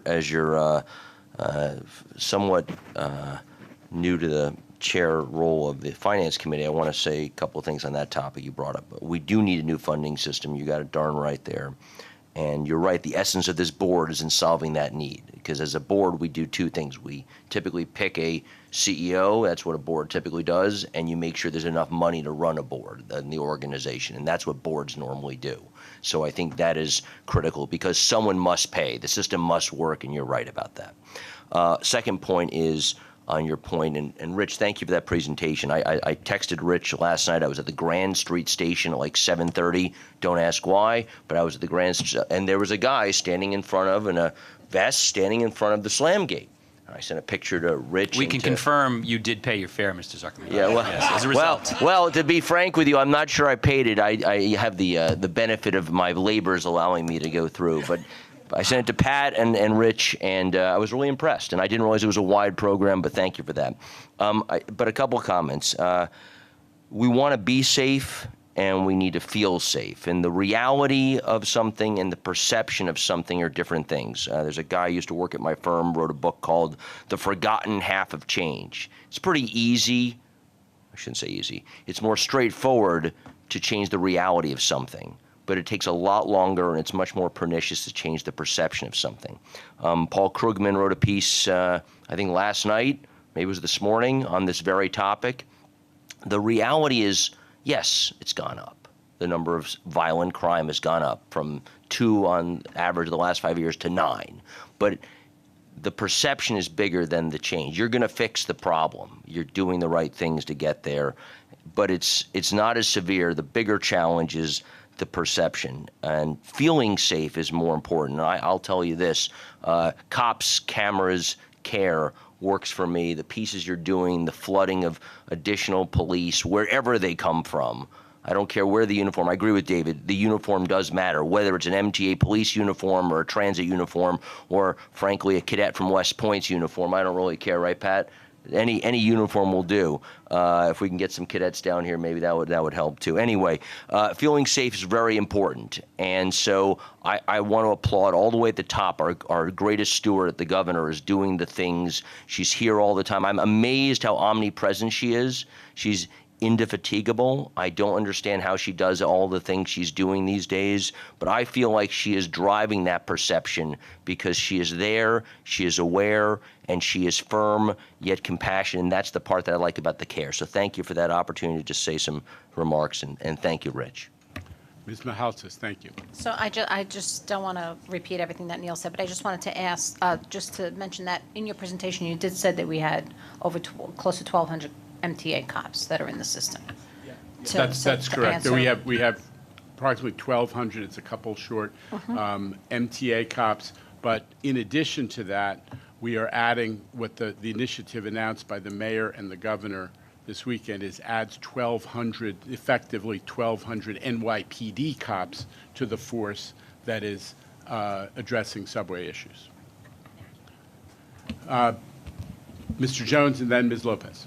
So I'd just like to say I've been calling, obviously, for unarmed personnel for 6 years. And I'm glad that there's a move here. It's consistent with other systems throughout the world where this kind of way of dealing with fare evasion and collection is not given over to highly paid and highly experienced and trained police officers, but basically to uniformed personnel. I would hope that as we expand this, we take this idea to the bus system as well, where we have such high rates of fare evasion, but nothing is done because it focuses obviously on the select buses, not on the regular buses. And using that same system as they do in London and other places, understanding the fiscal constraints we're under, but because the costs are so low and because NYPD has had such an extraordinary experience with meter people, collection, who more than make their salaries easily, of spreading that idea, both to help us, but also to lower the risk of violent confrontation between personnel who are armed and disturbed riders. I hope, however, they do get communication systems so that if they run into a confrontation, they back away, but at least they can inform our armed personnel that there is a problem that has to be dealt with more strenuously. And, Thank you and for the ladies time. and gentlemen, you now see why David Jones is on the Fair Vision panel, right? He's thought about this issue deeply for a very, very long time. One point that I probably ought to have made at the outset is that the cost of these additional police officers is being shared between the city and the state, not dissimilar from the MTA's budget. I have talked about making sure our electeds in Albany are informed about our budget situation. I should have also made clear that we're talking to the city council, we're talking to the mayor's office, because they too, as the solution for the MTA's budget challenges is resolved, is worked on. They have a role to play. Historically, the city has been a significant contributor. So, point of clarification that shouldn't have been necessary, but it is because of my oversight. Blanca Lopez. Thank you, Mr. Chair. Mr. Davey, thank you very much for your presentation, and I'm glad to know that you're also addressing the needs and the expectations of our paratransit riders, which I think they're a very important constituency that we serve. Just a question on the enhanced communications. I assume the communications will also be in different languages, and also how would that translate to visually impaired riders? Thank you. Yeah, so we're working with Q and the Accessibility Office on that question of visually impaired. I think we've been piloting some QR codes, for example, that allow for technology to be able to help folks navigate stations. We're looking at moving that across the system. I think there are a few other things that we're looking at as well. To your point, tactile warning strips is another. It was mentioned in the presentation. I glossed over that, but there are a number of stations that are still without tactile warning, which, as you know, are so important for visually impaired customers. Between C and D, I keep speaking for Jamie. I'm signing up for a lot, but no. In all seriousness, we've been working very closely together through the C and D program and then our own in transit to look at rolling out tactile over the next couple of years for the remainder of the stations. That's been an important request, too, from our customers. On the bilingual or multilingual question, I think it's a great point. We can do a better job of that for sure. That'll be part of what we look at from a communications perspective. I think, again, when it's planned interruptions, we're probably much more facile in that regard. But when it comes to those unplanned interruptions that occur, that's where I think we need to do a better job, to your point, for all of our customers, regardless of the language they speak. Mr. Samuelson. Yeah, just following up on Andrew Albert's initial question. When you put the chart out, you seem to make a distinction between faster service and better service. It said faster service, and in a few pegs down, it said better weekend service. What is the distinction in your mind between faster service and better service? I don't think there is, John. I think the distinction was we have focused very much on weekday service, I think, and I think done a pretty good job. But we have so much capital work that's occurring on the weekends, and it's going to continue for years. I think that, candidly, we have accepted at transit a level of service that our customers don't deserve, and so that's why. So I think faster, more efficient, to me, means them both. It's a question of carving out the weekend and really focusing on that as well. Does that make sense? So better service on a weekend would mean more service or more effective bus bridges if there's construction work? That's all encompassed in what you're Yes. So the second for sure, which, actually offering the service, I think your question of more service, goes back to Jano's point, and I think that's something we would very much like to do, but with the fiscal cliff coming, that's going to be a consideration. But certainly the service that we're providing today, the advertised service, can be a lot better. Whether we offer more in the future is a question, I think, for this board and our fiscal cliff. Thanks. Other questions for Mr. Davey? Mr. Poor. Yes, thank you for your presentation. If I had taken that survey myself, I probably would have put public safety first, cleanliness second, but they're all important points, but that's how I would rank those things. And on a second point, if fare evasion is now going to be prosecuted, for lack of a better word, I think that it's important that you have a public relations campaign to let the public know that we are now watching and that we need to have this money because our financial situation is so dire. Thank you. Well, I just, point of clarification, when we say we are doing fare evasion enforcement, that means we're issuing, in most cases, that means you're issuing a tab summons. The police have Then they check folks' IDs, and they make a determination whether there's something that forces them to do a search or otherwise, or if a person has an outstanding warrant. There's not an arrest.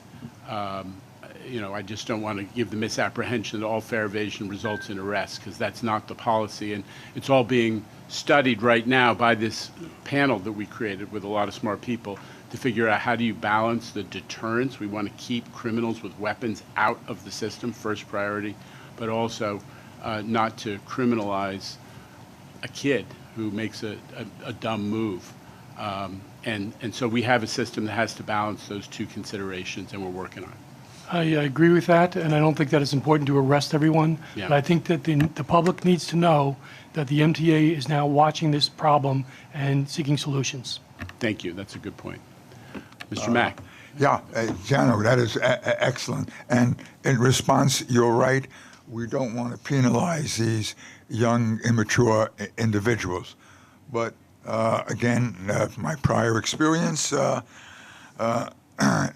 being former vice chair of the State Motor Vehicle Board under Rockefeller administration, everyone that got a moving violation along the East Coast was recorded. So if you get stopped for a moving violation, they had access to your records. And what I say is give these young kids a warning so we can go on record. And if it's continual, then it's blatant. And that's when you have to do something. Point taken. I'm being reminded that we need to move the schedule along because we're falling a little behind. But thank you to Rich and thank you to the board. This is core to our business, so worthy of a discussion. We're going to hear from Jessica Matthew, who's been working hard on our bike pedestrian micromobility initiative. Jessica. Thank you, Chair, and good almost afternoon, board members. I'm Jessica Matthew, Senior Advisor for Special Projects, and I'm very pleased to be here today to provide an update on MTA's plan to improve bicycle, pedestrian, and micromobility access to our facilities. I'm sure everyone here has noticed the tremendous growth in the use of bikes and scooters, both shared and personal, over recent years.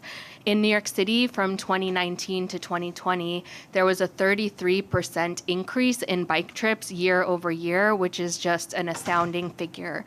And though MTA had taken some steps up until now to accommodate that demand, we had never until this year undertaken a comprehensive study to figure out how we can do our share to improve bicycle, pedestrian, and micromobility, or BPM, access in the region.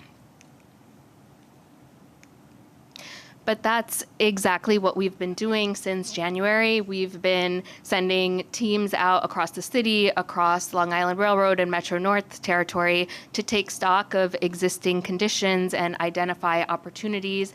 We've been working very closely with City DOT and other regional government partners to see how we can best partner to move this work forward. We've also been engaging with outside stakeholders like advocacy groups, other transit systems, to not only understand more about their priorities, but also to learn from best practices that we might be able to adopt.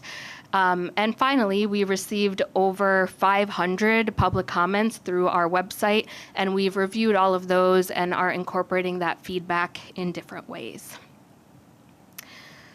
Let's start with why we're doing this. Walking, biking, and riding scooters are both affordable and environmentally friendly ways of getting around.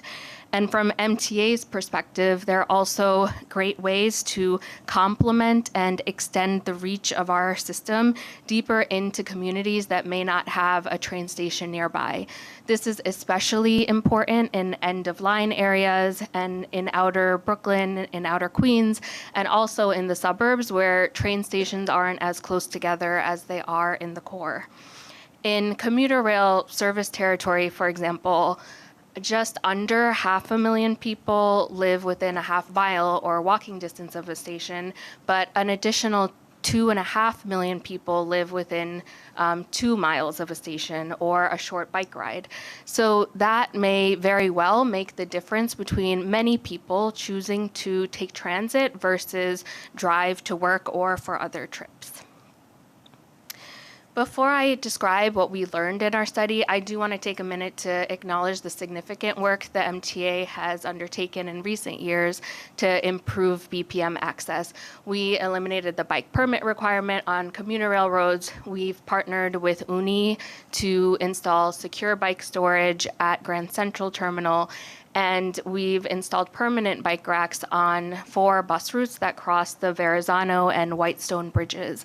We've also completed some capital improvements at Cross Bay Bridge and also on Lily Pond Avenue leading up to the Verrazano. But big picture, there are still lots of gaps, which means there's lots of opportunity.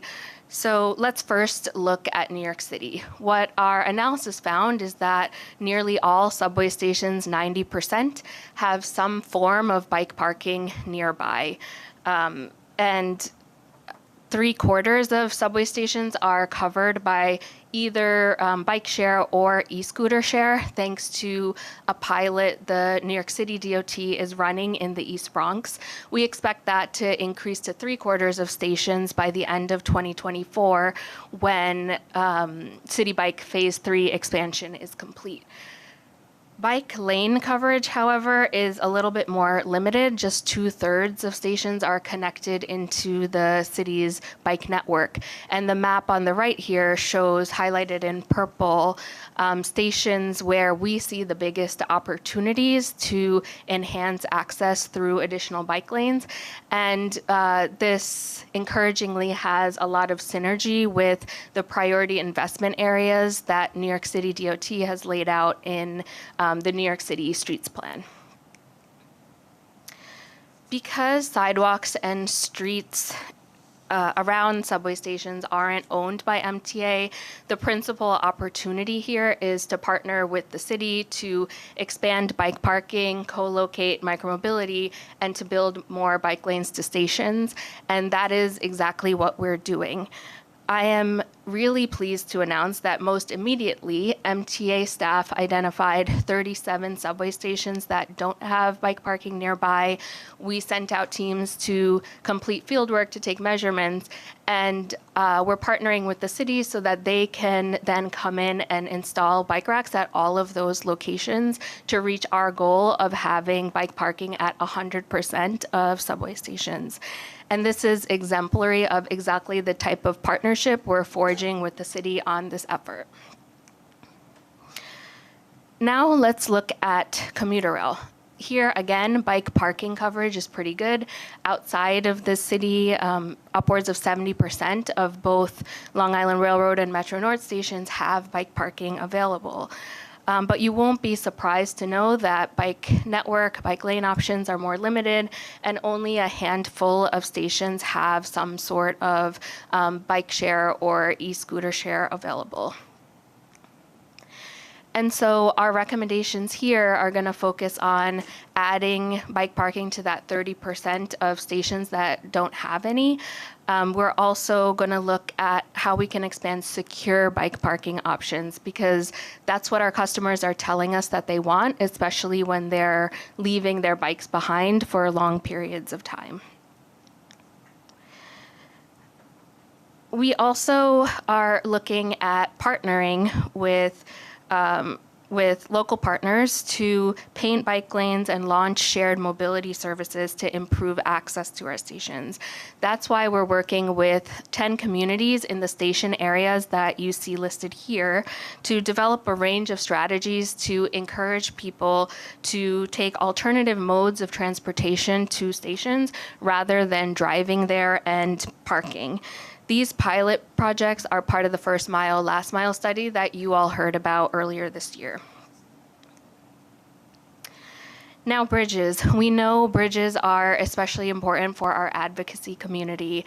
Right now, 4 of our 7 bridges have pedestrian access, while none have full bike access. Cyclists can, however, get across the Verrazano and Whitestone bridges using the bus routes with bike racks that I mentioned earlier. Unfortunately, in most, if not all cases, adding full bike access across bridges is complicated and it requires significant capital work. So we have to be strategic with finding opportunities to make those investments as part of our 20-year needs and capital planning processes. The good news I'm excited to share today, though, is that in the very near term, we're making 2 bridges accessible to cyclists. First, on the Cross Bay Bridge, where there's significant demand for cycling to the Rockaways, we recently installed a temporary shared use path along the main span where the width allows, and cycling is now allowed on that stretch. You see that in the picture here. We also have a board action here today to complete a capital project to rebuild the south ramp, eliminate a sharp turn, and make that bridge fully accessible to cyclists by 2024. On the Henry Hudson Bridge, we're also excited to share that we'll be awarding a contract next year to widen the existing lower level walkway. That'll give us room to create a shared use path and ADA compliant ramps, and that'll be fully accessible to cyclists by 2025 as well. And then looking ahead, we'll be turning to the RFK Bridge, where much like the Henry Hudson, we see that there's lots of latent demand for cycling given the proximity to Manhattan and also travel patterns in the area. So more to come on that. There are lots of other things we're doing as well. So just to give you a few highlights, we're looking at opportunities to expand the number of bus routes with bike racks on them. We're also ensuring that future commuter rail rolling stock procurement includes bike racks on board as well. The digital aspect of this is also extremely important, and I'm pleased to announce that we've recently been awarded a NYSERDA grant to enhance the trip planning function in the My MTA app to include cycling as a mode, and that function will be rolled out next year. And then finally, we're improving the way we communicate with our customers about how to take your bike on transit and remain courteous while doing so to your fellow passengers. We also continue to improve accessibility of our system. Wide aisle fare gates, which are being piloted in select subway stations, are not only helpful to those with limited mobility, but also those using strollers, bikes, or scooters. And finally, and perhaps most importantly, for the long-term commitment of the agency to micromobility, we're standing up an organization internally to follow through on the commitments that will be made in the plan.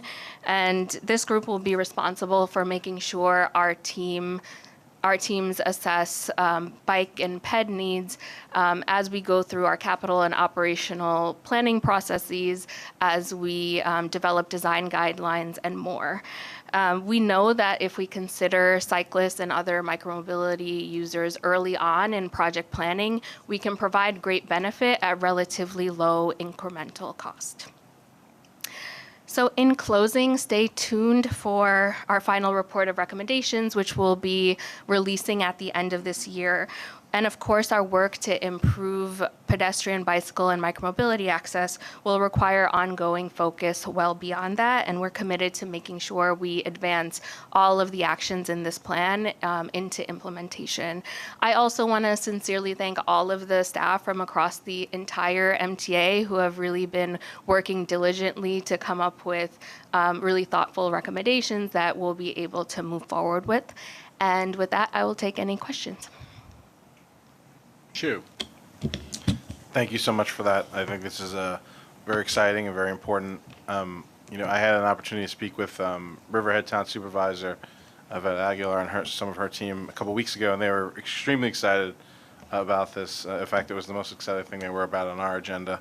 I'm curious, you said you'd have more findings at the end of the year, but specific to the pilot programs, I'm wondering what timing might be on findings from those pilots to then, because I'm really excited about the prospect of then taking those findings to the rest of the community, to the rest of our communities, for them to incorporate, not just, those things that the MTA will be able to incorporate, but there's also a lot of things that, when downtown planning and development happens, that there's things that they should be doing and considering. So when do you think the timing on something like that might be?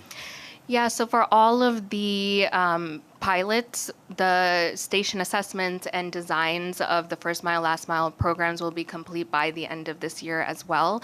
And we really do see these communities as being templates for best practices for the remainder of the territory. Great. Well, if there's anything, I could do to be supportive of that, I'm remain ready, because it's great.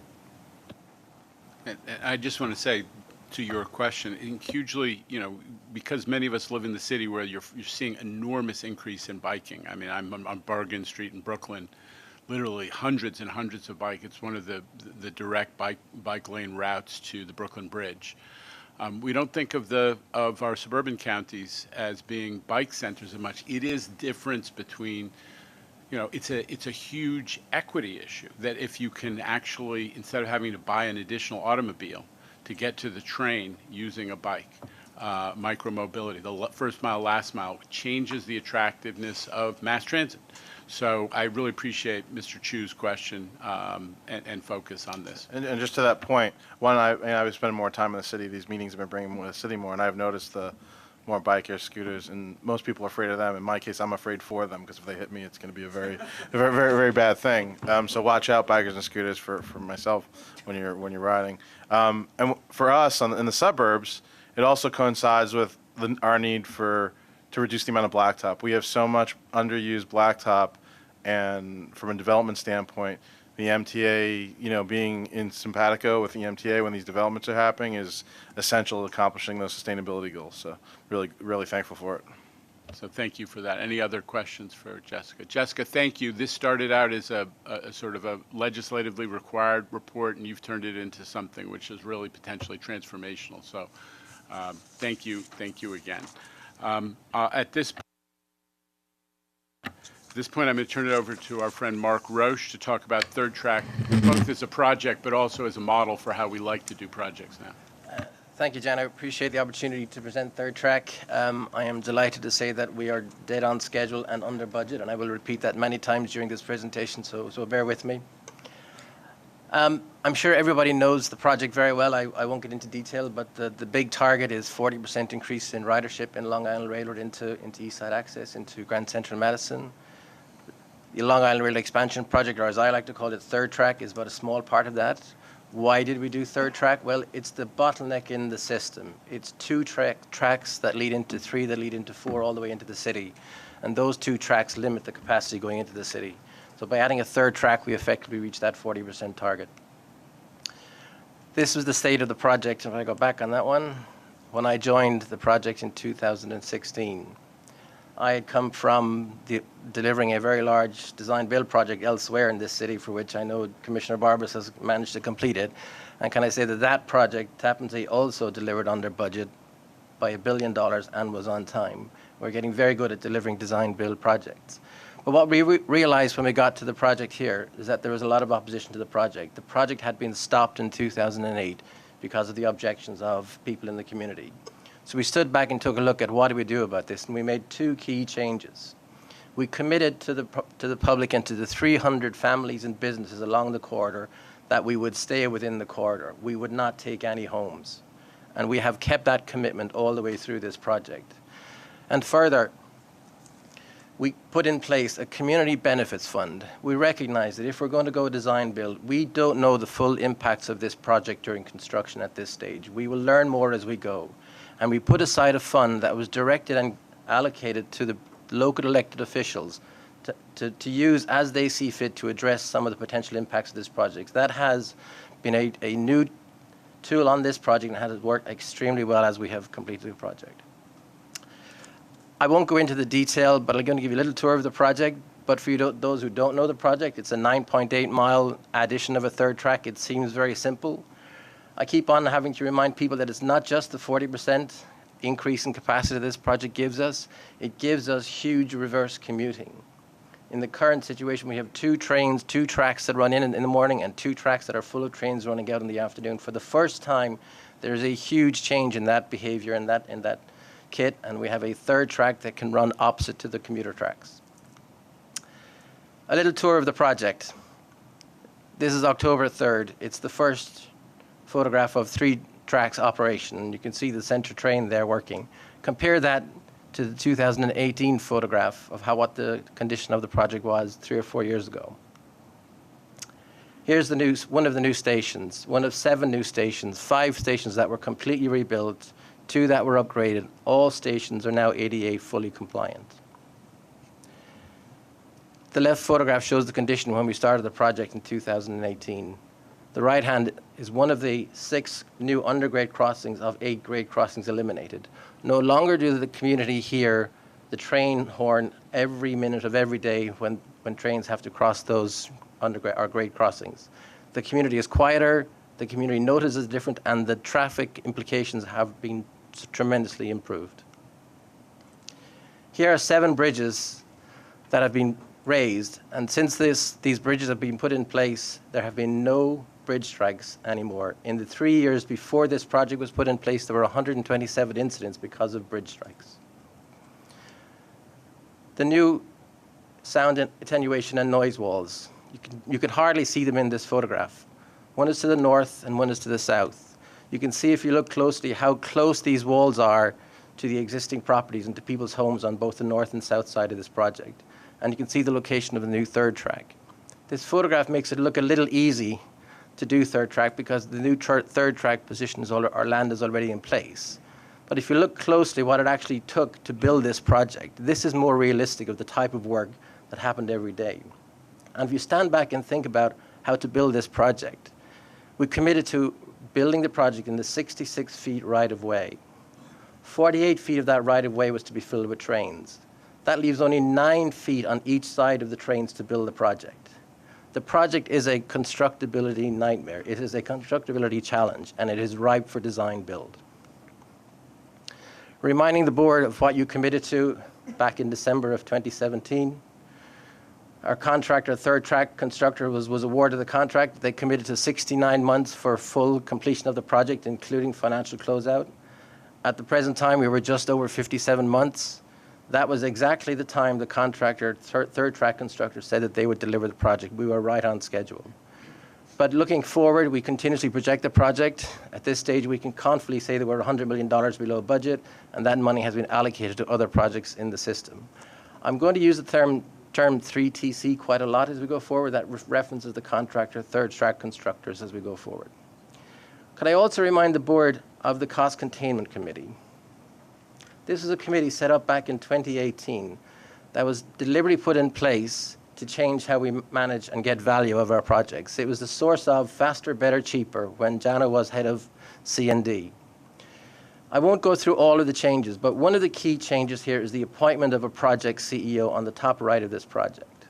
I'm not sure if the board realizes how significant and how bold a change that was. That changed how we manage projects from what I call the galactic style of management to what I would call the pyramid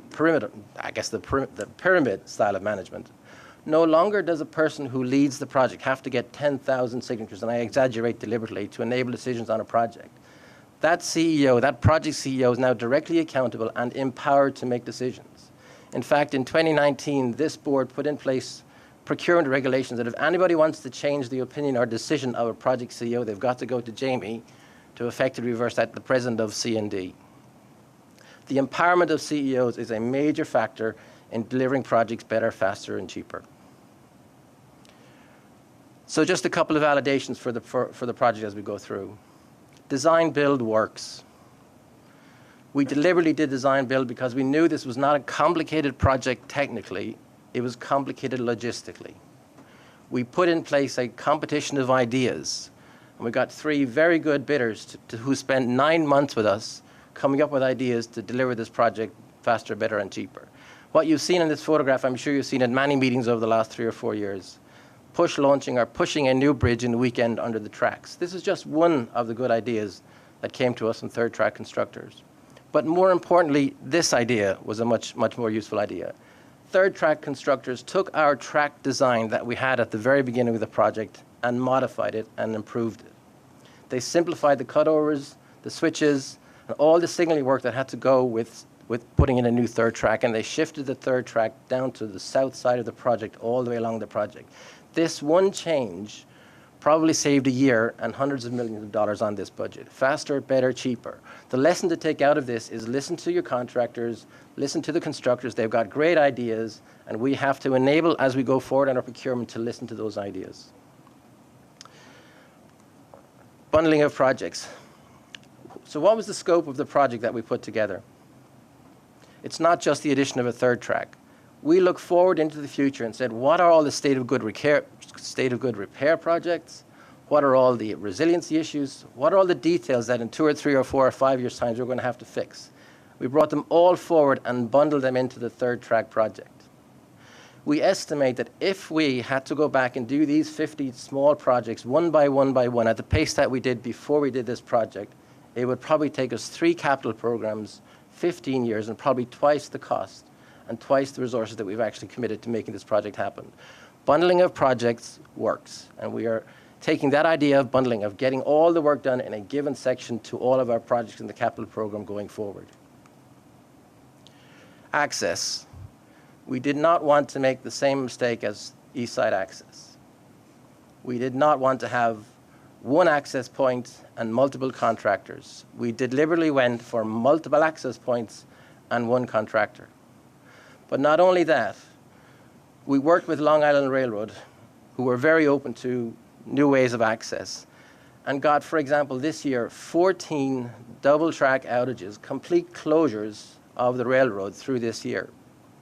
If you look back before this project started, there was only one double-track closure of the whole main line that happened in each of the years before this project started. We could do this because we had the Babylon branch. We had a redundancy in the system. What we're taking from this is a lesson that across all of our projects, there is redundancy in the system. We need to look in detail at how much access we can provide, increase the access where possible. At the present time, we are looking at the Park Avenue Viaduct project. How do we increase access for that project? Can we do 3-day weekends, 4-day weekends? Can we use some of the Memorial weekends to go longer? Every project is getting a specific attention to see how much access we can provide. A little bit hard to talk about risk, but it is at the core of everything that we do. When we started the procurement for this project, the advice that we were getting was it would take 8 years to build the project. Not acceptable to probably everybody at this table. This is the schedule that a contractor gave us after 9 months of continuous interaction with the contractor. This was a 4.5 to 5 year schedule for the major parts of this work. My point is the efforts that we put in to de-risk the project, to sort out all of the properties, to sort out the utilities, to bring LIPA in to make a presentation to the contractors during the bidding period, substantially reduce the project cost and duration by 2 to 3 years. Faster, better, cheaper means we have to work before we award the contract to make sure that our contractors understand the efforts we've made to de-risk projects.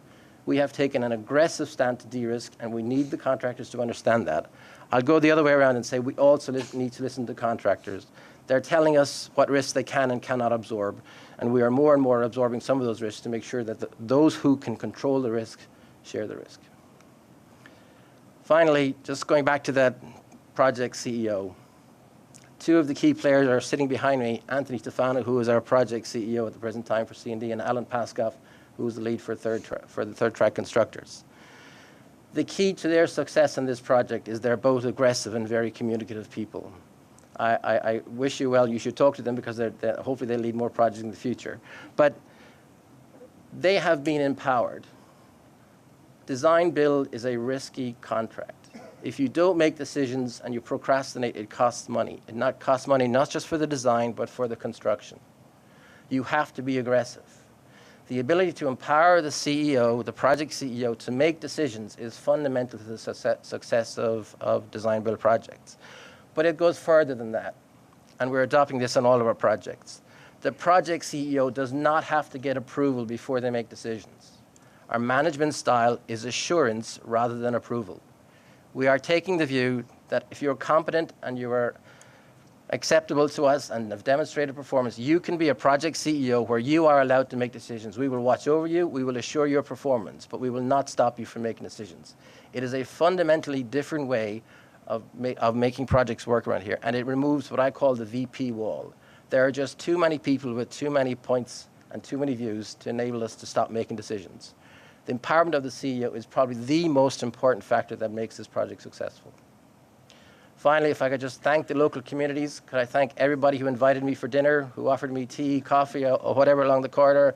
I'm still getting some very interesting emails from everybody, so thank you.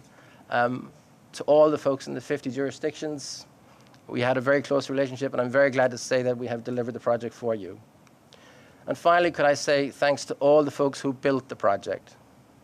In particular, can I say thanks to the Long Island Railroad Force Account and all of their team.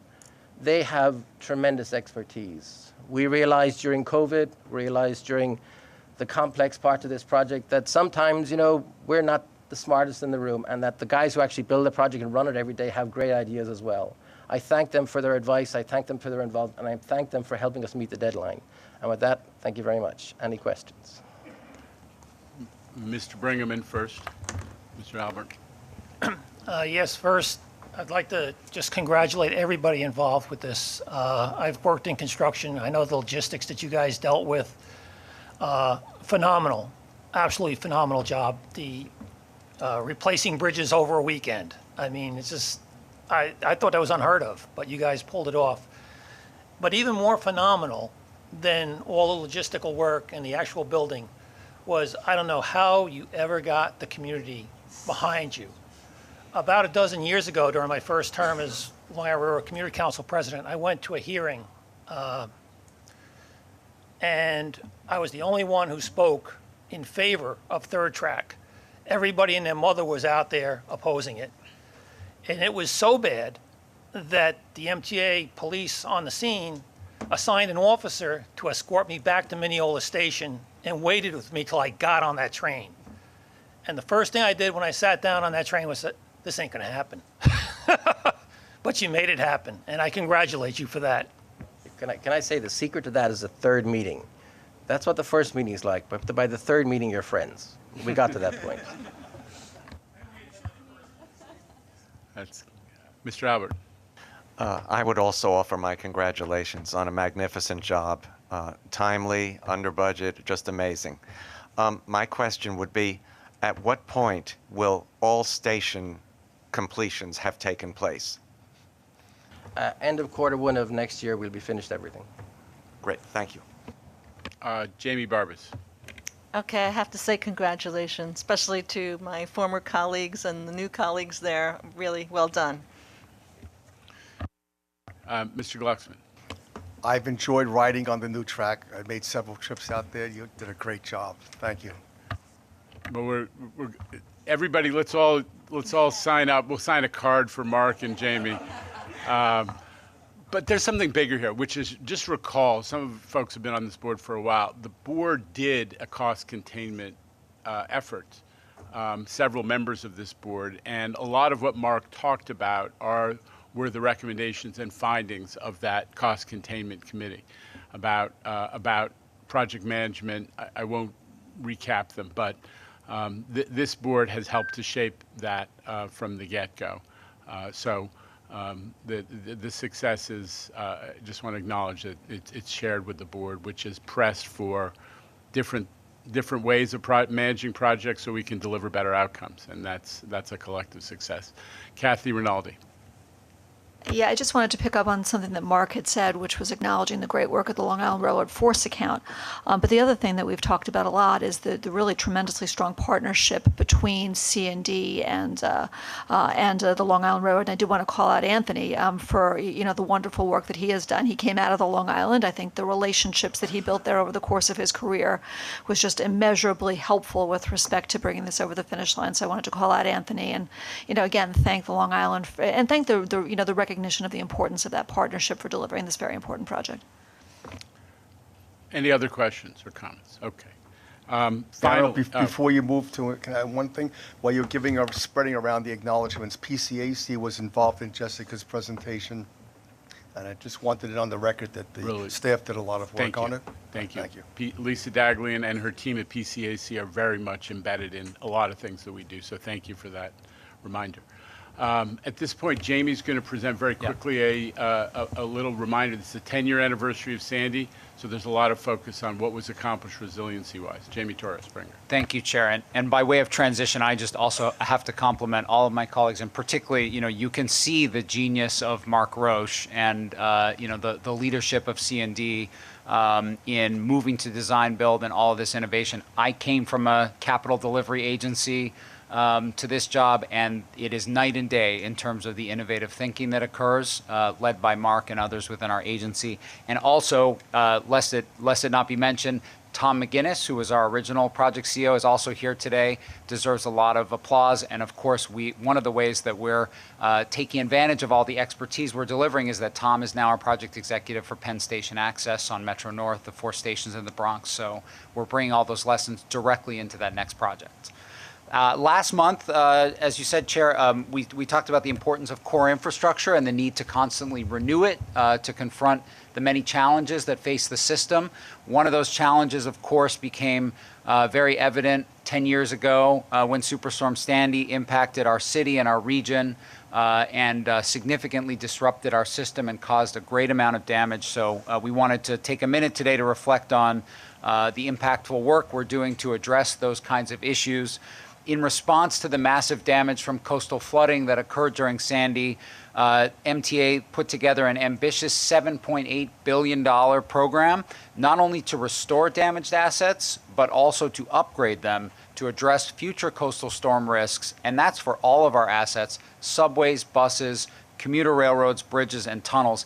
80%, over 80% of that $7.8 billion worth of work is well underway or completed. We've rehabilitated all 9 of our under-river subway tunnels that were flooded during Sandy.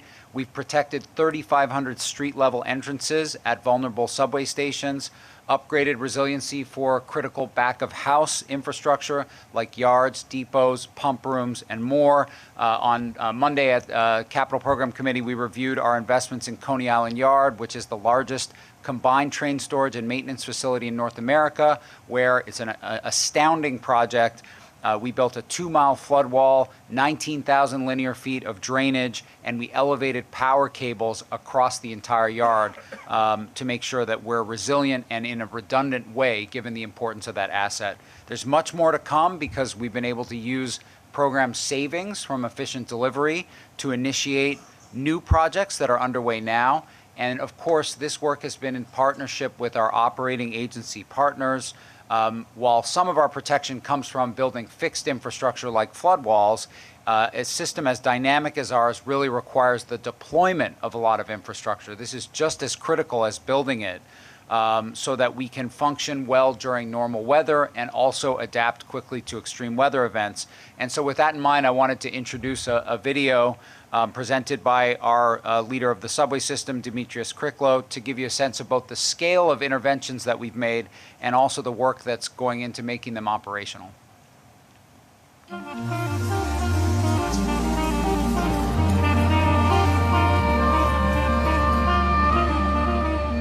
Major storms are nothing new to New Yorkers, but changing climate has made them more frequent and more intense.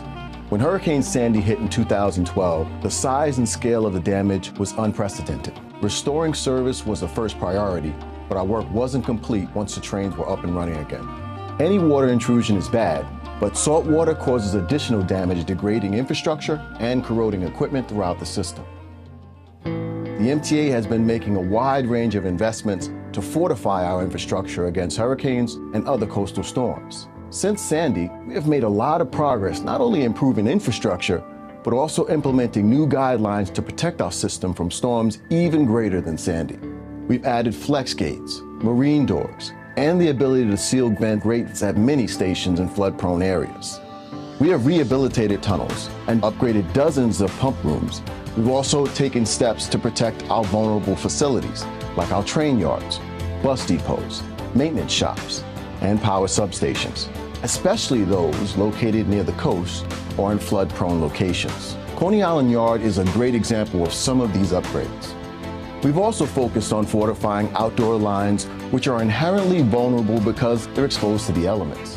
While it's not always practical to prevent flooding, we can mitigate washout of tracks and elevate critical systems and equipment so that we can quickly restore service after a storm.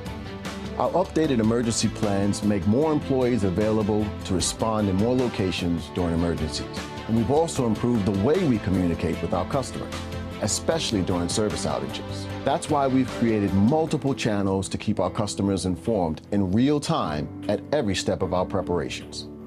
Upgrading and rebuilding the system has been a massive undertaking, requiring an all-hands effort from engineering and construction to operations and planning, whether we're talking about subways, bridges, or other MTA systems. But we are much better prepared than we were a decade ago.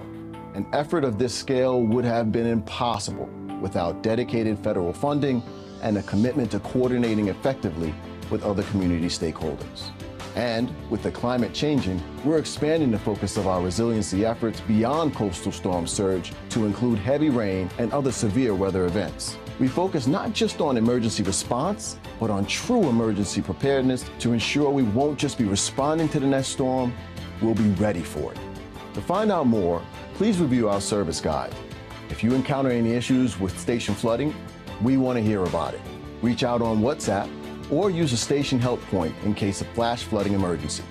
Stay dry and stay safe.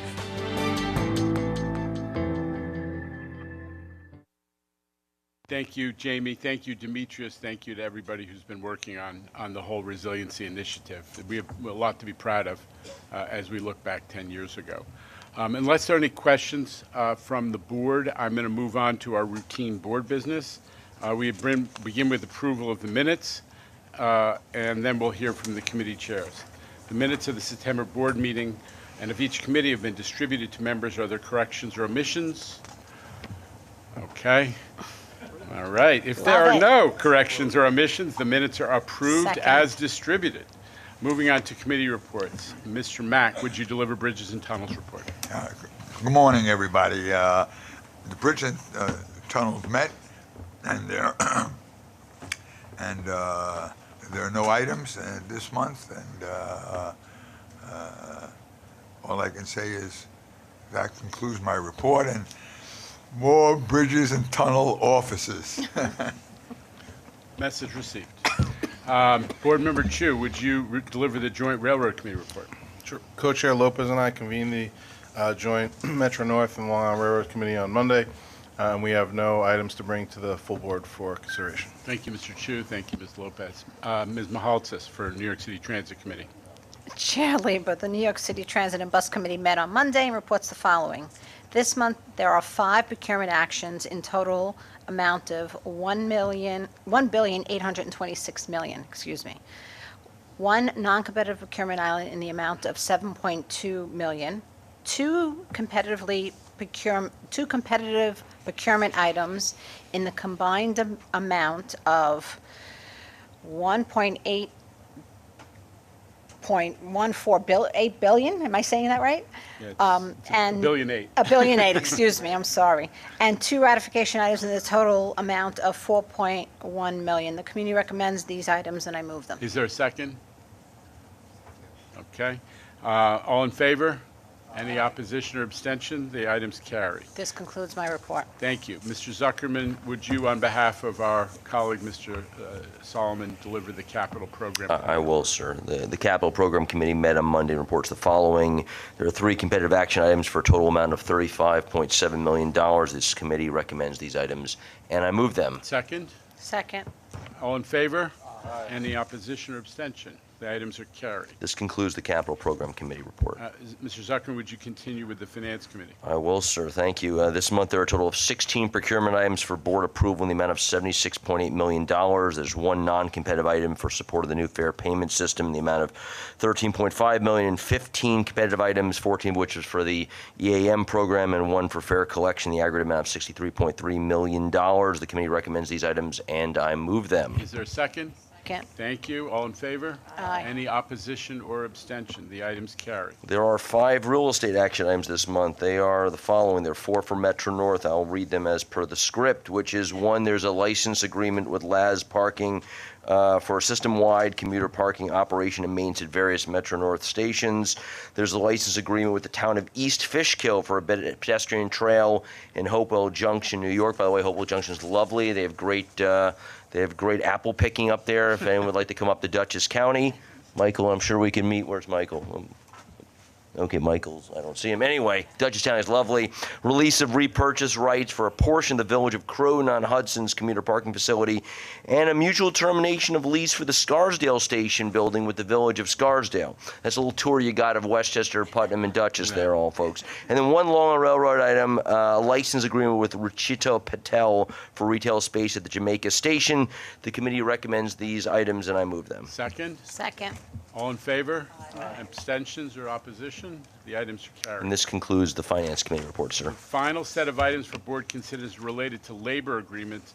May I have a motion to convene executive session to discuss matters regarding collective bargaining pursuant to 105(1) of the New York State Public Officer Law? So moved. Second? Okay. All in favor? We're in executive session. Thank you.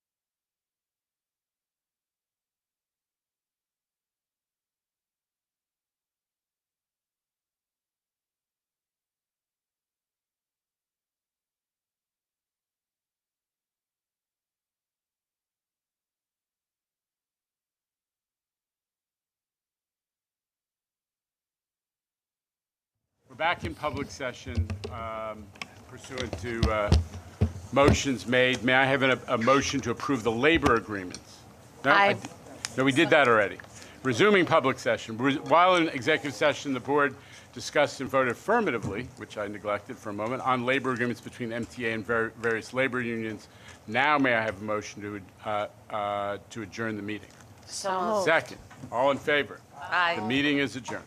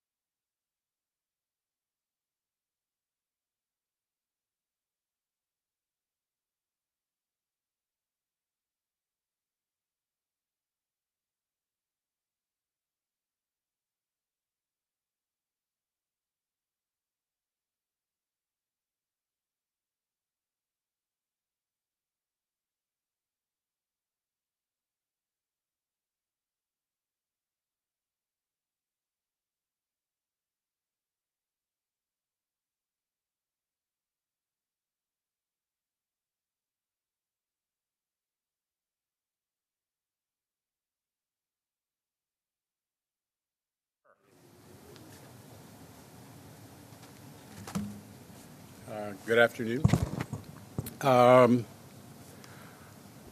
think this was a board meeting that really showed where the MTA is at right now, thinking a lot about safety and how to respond to the issues of safety under the leadership of the governor and the mayor. This has clearly created a significant barrier for a lot of riders, in fact and in perception, and it has to be addressed. So we've talked about that a lot today, but we also talked about kind of the core mission of the MTA. Rich Davey talking about what we are doing to make service better and faster, cleaner, and more appealing to get riders back, which has always been my focus.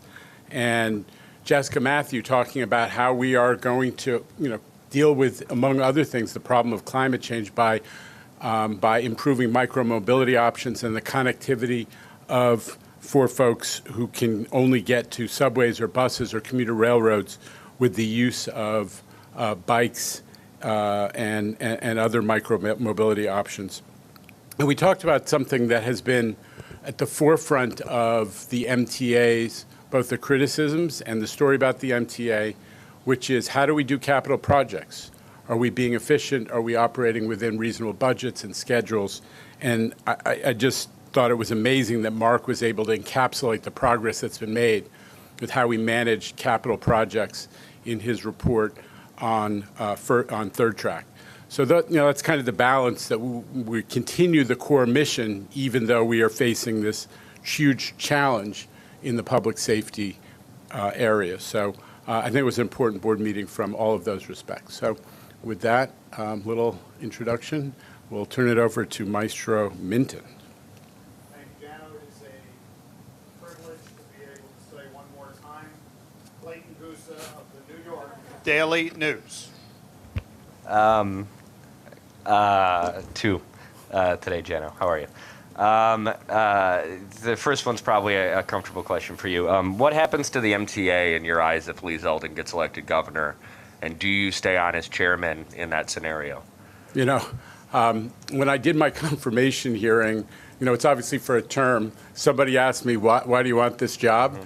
And I said, honestly, that if you're a New Yorker and you're passionate about the mass transit system and you're passionate about the city, this is the ultimate way to contribute to the thing I love most other than family, which is New York. And I'm focused on how we can get it done. Elections will take care of themselves, and we have to get through this one.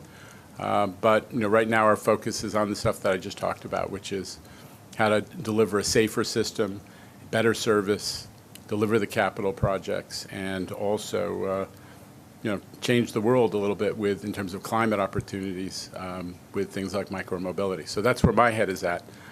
But elections will run their course. Okay. I want to ask about East Side Access. You've got FRA safety approvals that you're still waiting on and escalator construction. Are those going to be finished by the end of the year? And is there a chance that this timeline gets pushed back? Clayton, I've been on this at the MTA for 5 years, about 5 years. In 2018, I doubled down on the schedule after everybody came before, said, we got to push it out a couple more years. I'm not pushing it out. Everybody is working every day, all day. The governor was down there with me on Saturday, just before the announcement that was made, and took another walk around to see the progress that's being made. It's, the work that's going on now is highly technical. It's testing all kinds of systems, fire alarm and otherwise, but it's running our course, and we always said we were going to get it done in 2022, and that's still our schedule. All right, thanks, Clayton. We're going to move back to the mezzanine. Darla Miles from... Just let it be noted, Minton, that Clayton only asked for 2, unlike some of the other precedents. Well, Okay. the news conference is young, sir. But Yeah. Darla Miles, Channel 7 Eyewitness News back there. Hi, Tim. Great to see you. It's been a while, and good afternoon. Good afternoon. Mr. Lieber, Darla Miles, Channel 7 Eyewitness News. I have 2 questions as well. The first question is with regards to the subway, the CARE program. There was extensive detail that you shared today about the different agencies that will be assisting and dealing with emotionally disturbed persons who might be psychotic. Do you feel as if the MTA may be bearing an unfair burden of the mentally ill, especially since they kind of funnel their way into the system? If that makes sense, with all due respect. Darla, it's a fair question, as Jose would say. It's also a good question. Listen, I always say that New York lives or dies on the public spaces. We're a city because of our density that relies on our public spaces for good, because we want them to be dynamic and interesting. Is what's make New York exciting. But if our public spaces become uncomfortable or scary, we have to do something. So we, together with the governor and the mayor and the state agencies that oversee mental health, are taking action. That's what the governor talked about, is we have been for quite some time working to get homelessness out of the subway system. The numbers were down on overall homelessness, but there is a persistent problem with the severely mentally ill. These are folks, it's not a huge group, but they have a disproportionate impact on the experience of being in the subway. So we have to do something. We have to do something for them, to protect them. And we also have to do something for the riders who are unsettled. They're compassionate, but they're unsettled when they see somebody acting out or having psychotic episodes and even, God forbid, getting aggressive. So we are doing something. That's why you heard from the governor, the CARE program, which the CARE aspect of cops, cameras, and care, which says we're going to develop a special facility for subway severely mentally ill people who right now need a place to go indoors where they can be hospitalized, taken off the streets until they start to get better. And in many cases, that means folks who have already had mental health treatment getting back on their meds. But what we can't do is send them to Bellevue and have them cycle out in a couple days or a couple of hours. That's what the governor's changing. That's the new story here, is care, but also, where necessary, confinement in a hospital setting until they can start to get better, so that they're not in the public space scaring the heck out of people. Absolutely. As a quick follow-up to my first question, just to clarify your position, would that mean the MTA's position is no, it's not bearing the brunt, and that it's a multi-agency response? I just want to make sure. Listen, I the MTA is a public space. Every public space in New York has challenges with different kinds of folks.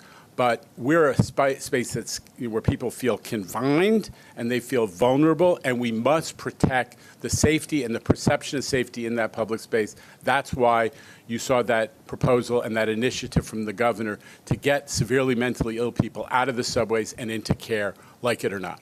Thank you, Mr. Chairman. Quickly, the second question is with regard to the Columbus Circle fatal train incident. Do you have an update on that investigation? Just a few bullet points that have been raised, whether or not the train conductor was looking out of the window when the victim's foot was stuck, and what would be the capacity of the train to stop in an emergency situation like that? Just any updates in those two listen, it's points. premature. Honestly, the investigation is ongoing, so it's premature to draw any conclusions. What we do know right now is these kinds of fatalities are exceedingly rare in our system. Right? There was no criminality involved. It's important because the folks to understand. What we also know is that there's a family who's suffering, who lost a promising person who's a sort of a consummate New Yorker, a 20-year-old who got into the stagehands union, who was working at one of our cultural facilities, which are trying to rebound from COVID. I mean, this is every loss of life in the mass transit system breaks my heart. This one, is a little extra. The randomness that somebody dies who's just on the way to their job, working in a cultural facility, breaks your heart. That's a family that we're all thinking about and feeling for right now. Thank you, Mr. Lieber. And we move on to Anna Lay of the New York Times. Anna. Hey, Jano. I wanted to ask you about something you raised earlier. You said that having more officers on platforms has led to more arrests, but as we know, there have been some really scary incidents where there have been cops on the platform and the thing still happens. So is it really justifiable to keep adding more officers to the system? And I also wanted to ask you about fare evasion. What is the priority with that? Is it to make more money for the MTA, or is it to make people feel safer? Yeah. So I'll start with fare evasion. So the first priority with fare evasion has to be safety.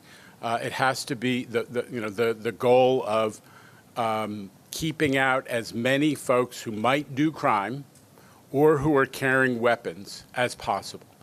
As I said during my presentation today, not every fare evader is a criminal. That is definitely the case. We have kids, we have all kinds of people who make mistakes or do things in the spur of the moment.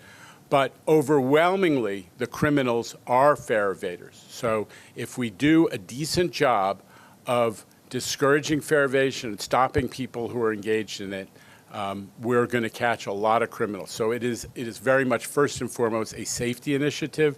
There is also, honestly, this is part of the spirit of New York, that sense of fairness that, that you don't want to be playing by the rules when somebody next to you is jumping the turnstile or going in the fare gate for free. And, we're trying to sort of create the spirit of the subway, and the spirit of public space in New York is we all help each other and we all play by the same set of rules. We want to reestablish that. That's why we balancing the goals of fairness and making sure that fare evasion is not a crime of poverty with the safety goal and the reality of the MTA's economic situation. So all those things feed into it, but principally it's a safety issue first and foremost. Your second question had to do with the number, the horrific incidents that we've had, are alarming and scary, and we have to deal with them, but they're small in number. So I wouldn't judge, the efficacy of any individual strategy by saying, well, there was a cop on the platform when something bad happened. Broadly speaking, our riders tell us again and again and again, the one thing that makes them feel safe is seeing a uniformed cop. And second, that we see again and again that cops do intervene in crimes that are happening, and that we actually catch the perpetrators. For all those reasons, deterrence, ridership confidence, and actual enforcement, catching bad guys, having cops on platforms makes a lot of sense. The other reality is having cops on trains makes sense because roughly half of the crimes, put it in proportion, we are a city every day of 5 million people plus, even today, on mass transit, and we have 5 to 6 crimes. That's about the size of Los Angeles. If there were 5 to 6 major felonies in Los Angeles, we would all be thrilled. But because it impacts on people's sense of safety in New York so much, and everybody takes the train or a bus or a commuter rail, it has a disproportionate impact. So we really need to deal with the feeling of safety, but the reality of safety. And that means putting cops on trains where they are going to actually be present when there is something like half of the crimes that happen in the subway take place on the trains. But the crime rate is up, right, as we're adding more officers. How do you, Well, it's, address that? early days. When you're trying to arrest a phenomenon that, dates back to the beginnings of COVID, sort of the gradual deterioration of a lot of public behavior and public space behavior, may take a little while. And listen, I grew up in New York in the 70s, so I'm in the, you cannot convince me that we can't fix problems in New York. We are nowhere near where we were in the 70s or even the late 80s and early 90s in terms of crime in the subways or in New York in general. I'm convinced that, as we did under Mayor Dinkins, that we can reverse a pattern of increasing crime, and especially some of these major incidents, by having good old-fashioned police enforcement. Our riders are telling us that's what they want, and we're listening to them. And next up on the Zoom transmission is David Meyer of the New York Post. David, good afternoon. Good afternoon, Jano. Good afternoon, everybody. Sorry to not be there today in person. Couple questions related to fare evasion. One, Jano, you've said that the majority of people who are committing crimes are fare beaters. Is there any data to back that up? And my second question is, how much money has been recouped from the MTA's fare evasion enforcement efforts so far this year? I know you said the MTA was going to lose $500 million. Has what's happened since May reduced that number at all? Yeah, I mean, it's premature. Remember, our projections of fare evasion economic impact are based on scientific sampling, so it's sort of premature to say that we've altered it. But I can tell you that the MTA's revenues are up. Some of that is, our ridership is up, our paid ridership is up. So how much of that is attributable to deterrence of fare evasion? Too early to tell, but that's the best indicator of how we're doing economically in terms of paid ridership. All right, you have a follow-up, David? We're not You're hearing you. muted, You're David. muted, David, you're muted. You've muted yourself.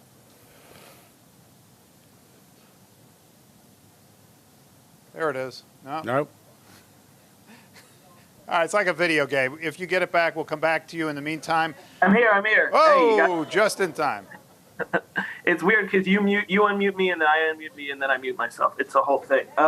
My other question was about whether you have any data to back up the suggestion that most people who commit felony crimes on the subway are fare evaders. We'll try to pull it together for you. What we have is the arrests and the day, the indicators of whether the people who were stopped and arrested for arrested because of criminality, not just because they didn't pay the fare. Remember, we give a summons for that, or a ticket in effect, until it becomes a recidivist or multiple repeat situation, or if they have an outstanding warrant or another crime. So, but we will try to pull that together for you because we know you're hot on the trail. All right, let's stay on Zoom. Go out east to Alfonso Castillo, the head of Newsday's Transit Bureau. Alfonso, good afternoon. Hi, Jano. Thanks for doing this. So I have two questions related to Sandy and the East River Tunnel repairs.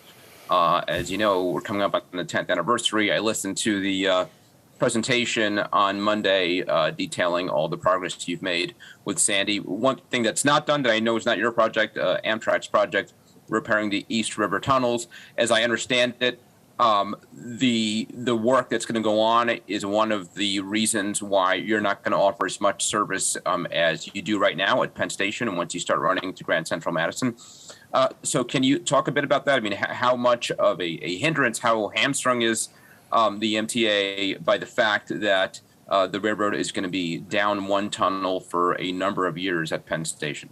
Well, it has an impact on the capacity of the system, Alfonso. It's one tunnel out of four. There are other variables, obviously capacity at Jamaica, capacity in other nodes of the system, number of rail cars and so on and so on. But it definitely has an impact. But, to your broader point, the new schedule, which we rolled out, is, and I know you have debated with MTA a little bit the numbers, but from our standpoint, it's a 40% increase over in terms of the amount of service when we have 65% or so of our pre-COVID ridership. So there's a lot of extra service for a ridership which is still bouncing back. So while I think we've tried to explain that the principal goal of this effort is to achieve what was reflected in the last paragraph of your story, which I read all the way to the end of, which is somebody saying, for me, this is kind of life-changing to be able to go to Grand Central. Last paragraph, but for 45% of our riders, the new schedule with Grand Central Madison is more convenient and saves them up to 40 minutes a day so they don't have to hoof it back and forth to Penn. That's the big story. We can add additional service if ridership warrants when Amtrak completes their work. It's not ours, it's theirs, although we're contributing to it. That's the plan, is that we'll evaluate whether that's warranted at that time. Is that responsive? It is, and a follow-up on that. So I spoke with Amtrak last week. I guess they're talking 2024 to really kind of in earnest begin construction on the repairs. That'll be 12 years after Sandy. As I understand it, that timetable was made in coordination with the MTA, in part because of east side access.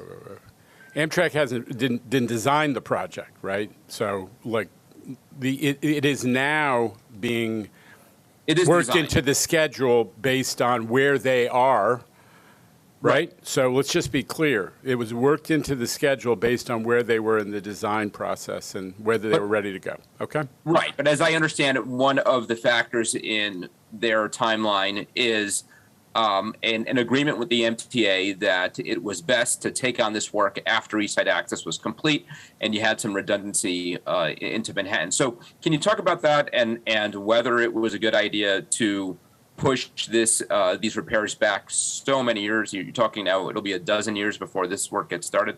Okay, so East Side Access was well underway, and that project wasn't designed. So obviously it is a benefit to the project if we have the extra tunnels that serve East Side Access, the Grand Central Madison service, right? The additional tunnel capacity before they take tunnels out. That's the basis of the thinking. Does that make sense?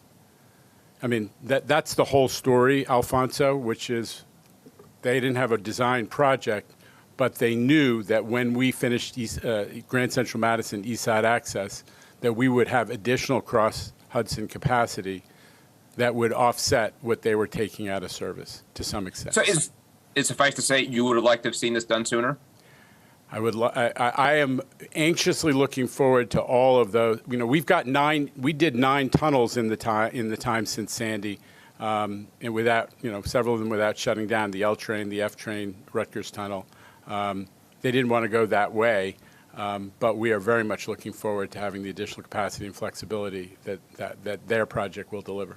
All right, Alfonso appearing today from the Newsday podcast studio. You can see that. You gave enough material for the whole episode. We go to Jose Martinez here in the center from the city. Jose. Good afternoon, Jano. Following up a little bit on what Alfonso asked about in terms of Sandy projects, on Monday we heard Jamie and Dana talk about some of the Sandy work that has been done, that has been successful. You just mentioned some of it again yourself in terms of the tunnels. But can you speak a little bit, please, to the work that still remains along the Rockaway line? One of the committee books this week cites how it's fallen behind schedule, and I believe that's not the first time that the work on the Rockaway line has been behind schedule, and also cost has gone up. So a couple things. One, we've done $150 million of resiliency work in the Rockaways during Sandy. This is, if you saw the video you may have seen, Demetrius was narrating it, and he talked about areas of the system that are exposed to the elements because they're actually like little bridges crossing over the water over Jamaica Bay. This is one of those.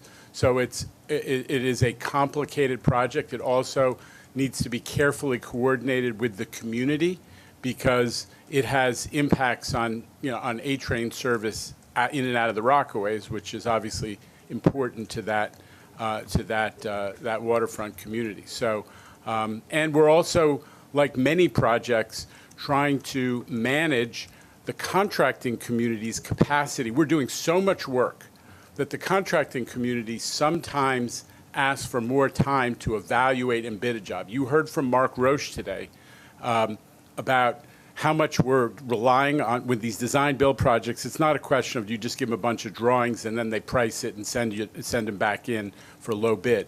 You actually have a very complex interactive process where we say to the contractors, we want your best ideas on how to minimize the schedule, the budget, give us ideas about efficiency, how do we minimize impact on the community.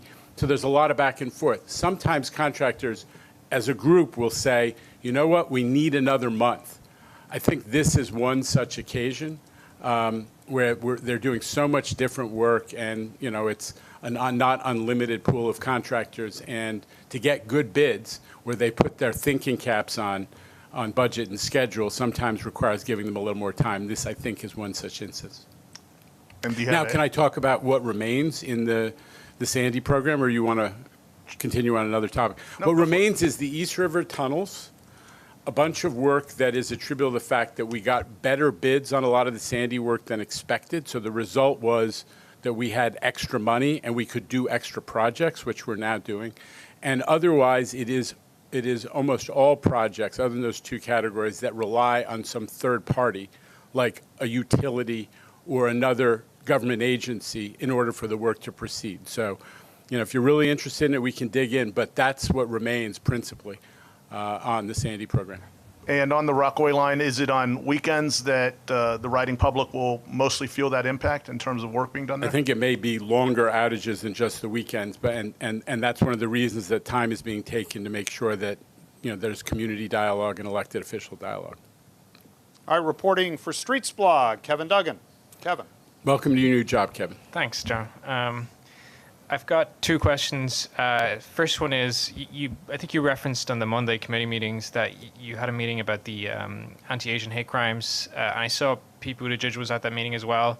So if you share it all, if you talked to him, or if you have a sense that the feds are giving the MTA the money you guys are looking for all different projects. Well, I mean, it was really a discussion about, broader issues of making sure everybody feels safe in transit. That was really the discussion point. It was a private meeting. I'll let the Secretary's office comment further if they wish. But I did take the occasion to point out that the federal government, after 9/11, went into the business of funding transit safety in a big way. And for a long time, there was $350 million a year nationally available. That number went down to $100 million in 2012, and it hasn't gone up since. So the MTA is getting a small slice of a much smaller pie on the issue of transit safety. And although this was not a meeting to pitch for funding, I just did take the occasion to make sure the Secretary was aware, although it's, I think, outside his normal committee jurisdiction in Congress, that was the trend. We've, as a result, had to spend a lot of our own money without any federal support. For example, the camera initiative. So we just made sure that was on the agenda. Okay, and I think my second question might be for it's on the bike and pedestrian. Jessica Matthews. Yeah, so it might be for Jessica Matthews. Come on up. You mentioned during the presentation. Oh, let her get up here. Let her get up. I'll wait. Hi. You mentioned during the presentation that adding bike lanes to a lot of the MTA bridges is very complicated. I know the MTA in the past has studied a very expensive proposal for the Verrazano. Are you guys looking at all about simpler solutions like New York City did on the Brooklyn Bridge, just taking a car lane I've heard from advocates the Gil Hodges Bridge would be a pretty straightforward one. Are you guys looking at those solutions at all, at like lower cost, pretty straightforward ways to enhance bike access on the bridges? Yeah, I mean, we're definitely looking at all opportunities. Low-cost options are definitely on the table. Most immediately, we're looking to expand the number of bus routes that have bike racks on board. In terms of looking at some of the Marine Parkway Bridge, for example, one of the key things we're looking at is where we think there is demand for cycling and making sure we're serving our equity goals for the areas of the city that don't have many other options, are far from subway stations. And that's how we're really thinking about prioritizing those investments when we look ahead and both operating and capital sides. Are there any bridges that you think would be a good candidate for that kind of treatment, taking a car lane for a bike lane or two-way bike lane? I mean, we're evaluating options. I will say, the bridges, again, the demand needs to be there in order for that to make sense. And, we're working closely with bridges and tunnels to look at options. Thanks. All right, we move on back to the Zoom one final time. Christopher Robbins standing by for Hellgate and what appears to be the home office at an ancient Greek temple. Chris.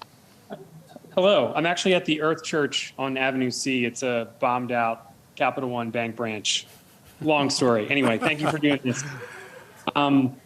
Two quick questions. Yeah. You mentioned in the meeting that the city and the state are going to be splitting the cost of all the new NYPD overtime shifts. How much is that OT expected to cost, and what's the breakdown there? Again, obviously I'm the MTA. Those are just city-state discussions. So, but it's in the millions. It's millions, more tens of millions of dollars for additional shifts and overtime to accomplish the mission. Second question is, what is the metric the MTA is using for whether all this extra police presence is a success or not? And at what specific point will the MTA say, okay, we can direct this extra public safety funding to our operating budget or whatever else to improve train service? Right. So I think your last question sort of framed the second one, which is the MTA is not paying for the additional state and city investment in the NYPD shifts. What we're contributing is some extra work by our MTA PD force that's located in those big commuter terminals, Grand Central, Penn, Atlantic, Jamaica, taking advantage of that because people are already there and they know the facility, for them to, in effect, supplement or in some case, free up NYPD officers to other duties or other missions at other locations. So that's our contribution. The MTA, is not losing any policing capacity because the state police are coming in to backfill some of the tasks that they would normally perform. So from our standpoint, there isn't a financial impact, and we're, obviously you're well aware of our pitch on our financing situation, and we're making that to both state and city, who are both contributors to our budget, operational, and capital. Thank you. All right, if you stay with the monitor for a moment, Jimmy Vielkind of the Wall Street Journal is up there in front of some yellow tape, which appears in this case to be Halloween related. Jimmy, good afternoon. Thanks, Tim. It's a shame not to be in the fluorescent light with you all. Just wondering, I know that the city has put online its relief center at Randall's Island. The M35 goes there, but there have been talk about establishing additional service. I'm wondering where that stands and if, given what we've seen from the initial headcount, the authority feels that there's still a need for that. Jimmy, it's a fair question. I'm going to turn to Rich Davies, see if he has any expertise about that, because I have not been involved with that issue, in fairness. Turns out I don't either. Yeah, it's all right. Yeah, Jimmy, it turns out I don't either, but happy to get some more information for you. So it's a fair question. We just don't know the answer right now, so we're going to get on top of it, okay? So clearly nothing thus far. Nothing so far, but we're going to check to make sure we're not missing something, and we'll get back to you promptly. All right, let's move on then back to the House. Michelle Kasky down there from Bloomberg News. Michelle. Hi, Jano. So I know you've been talking about safety a lot today, and when you're saying that this is a significant barrier for riders. So, for riders who are very frustrated by this, they've seen these announcements before of more cops into the stations and on the cars, and they've seen announcements of a change in strategy where cops are going to ride the trains for longer and over through multiple boroughs, and more health professionals in the system working with people. They still continue to be frustrated by this. What do you say to them when they hear this latest news where they think, well, this is just numbers, but I need to get to work safely. I need, my kids to get to school safely? Well, what I say to them is, I feel you, that we completely respect and share what the riders are feeling. The riders, we have less, broadly speaking, less subway transit crime numerically than we had before COVID, but that doesn't make any difference to riders who are seeing alarming stories, sometimes horrific stories about things, even if they're single-digit numbers. So my response is, this is a process. Again, I just remind everybody, because there are a lot of New Yorkers who have this perspective. It took us a while to dig out of a much, much deeper hole in the past in terms of safety in the public space in New York. And we are nowhere near the bad old days of the 70s and the late 80s and early 90s. But we have to get our arms around the perception of subway safety that is based on some horrific incidents that have happened recently, and we're reacting. We are not standing by and waiting for it to magically heal itself. I think that you're not wrong that some of this has been tried before, but it has been incremental. We started with, please, and we asked the de Blasio administration unsuccessfully, more cops. Then we asked for them to be put on the platforms and the trains. It was only when I had Mayor Adams inaugurate it that I got there. Then we actually started pushing the camera agenda. Then we started the end-of-line agenda initiative, which, Clayton covered it directly. I'm not sure others have actually seen it, but we have pretty big operations at these end-of-line stations that combine PD, clinicians, outreach workers, MTA professionals to try to persuade people to get into shelter and out of housing themselves in the public space on the subways. And now we're dealing with what I think of as a pretty serious element that's emerged, which is severely mentally ill people. We all know that there was some deinstitutionalization that was going on during COVID. I'm not an expert, but anything that was a congregate setting, there was some fear that COVID would fly through those institutions. And for whatever set of reasons, a lot of people ended up in the public space who really need mental health care urgently. And it's bad for them, and it's really bad for our riders that they're out there. So now we're doing that. So this has been an ongoing step. It's not quite as repetitive, I think, as your lead-in suggested, but we're just trying to respond. The watchword is we got to make the riders feel safe again. That's the bottom line. And what they're telling us, they want to see more police. That's what they're telling us. Okay. And just a second question. Along the lines of safety,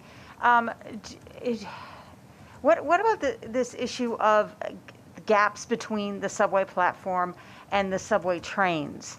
Yeah. And I know there was a lawsuit filed yesterday. I don't need you to talk about the lawsuit. I understand, but just this issue of, is the MTA looking into how it can increase safety where some of the stations where there is a pretty sizable gap, and it's very easy for people to fall into the gaps? Well, is Q here?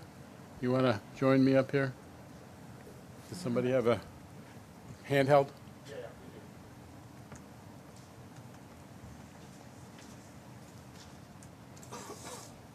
I know you said you didn't want us to address the lawsuit, but I will take an opportunity to say that this lawsuit comes at a shock to all of us here at the MTA. Wow. When we've made an unprecedented investment on accessibility since I arrived here, since the chairman took off, as we have $5.5 billion in this current capital plan for accessibility. Over 15 stations have been made accessible since, in this capital plan, and we have 70 more in the plan right now.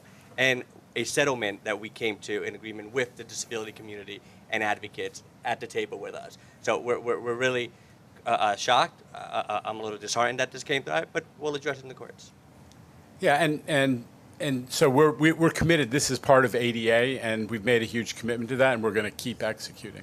So that's really our very high level of commitment on that issue as a part of the overall ADA initiative. So addressing the gaps is part of ADA. Okay. Yeah, and you just go look at the Times Square shuttle, which we knocked out during COVID, redid it completely. If you remember how you had to run around to get to the third track, or they called it track 4, that was eliminated. Part of that was because that was the oldest part of the system. It had curves. It had those gaps. We closed them. We created an ADA accessible station, and we're going to keep doing that as we go.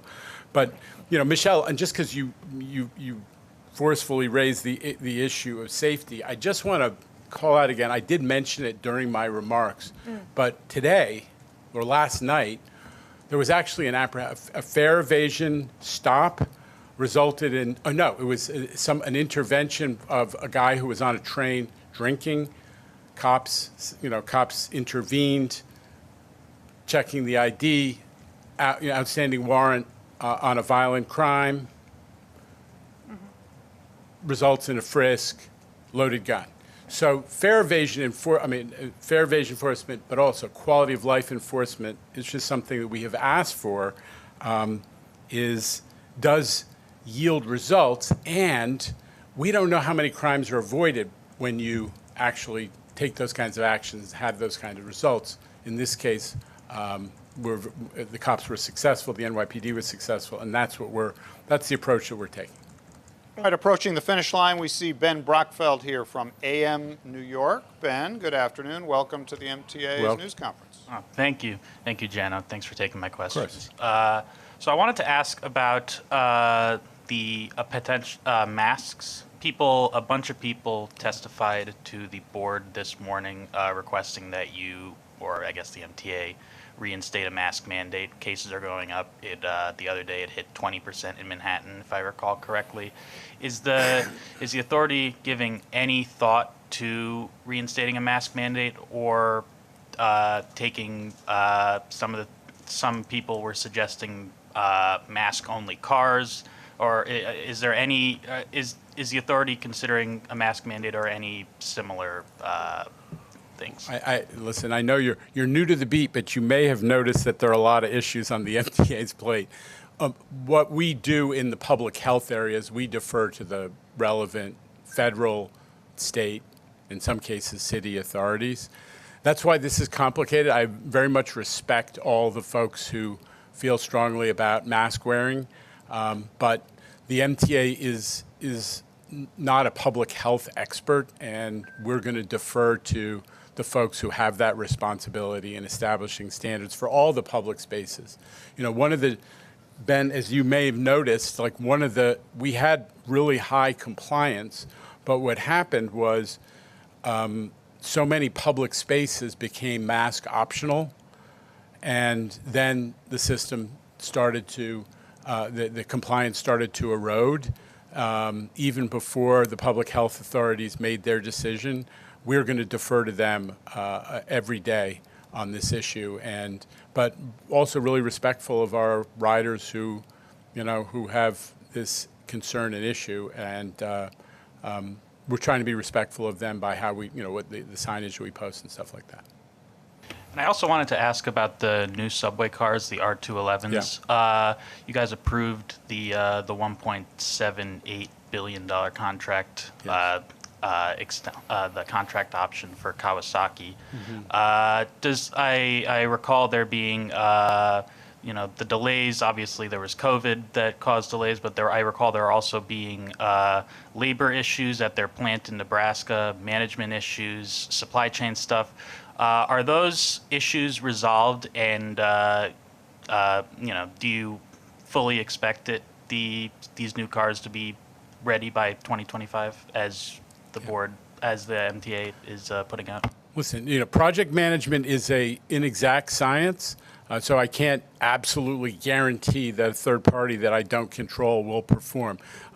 But the issues that have been identified, you said it right, Ben, is that they were mostly COVID related. A rail car has literally tens of thousands of components that come from all over the world, and the whole supply chain breakdown was hugely impactful to that operation, that manufacturing operation of Kawasaki's. They had some, I would say, the way they were managing production, even though they had terrible labor issues. Lincoln, Nebraska happens to have the lowest unemployment in the United States. Who knew? But that was part of it. They were having trouble holding on to workers in the job crunch.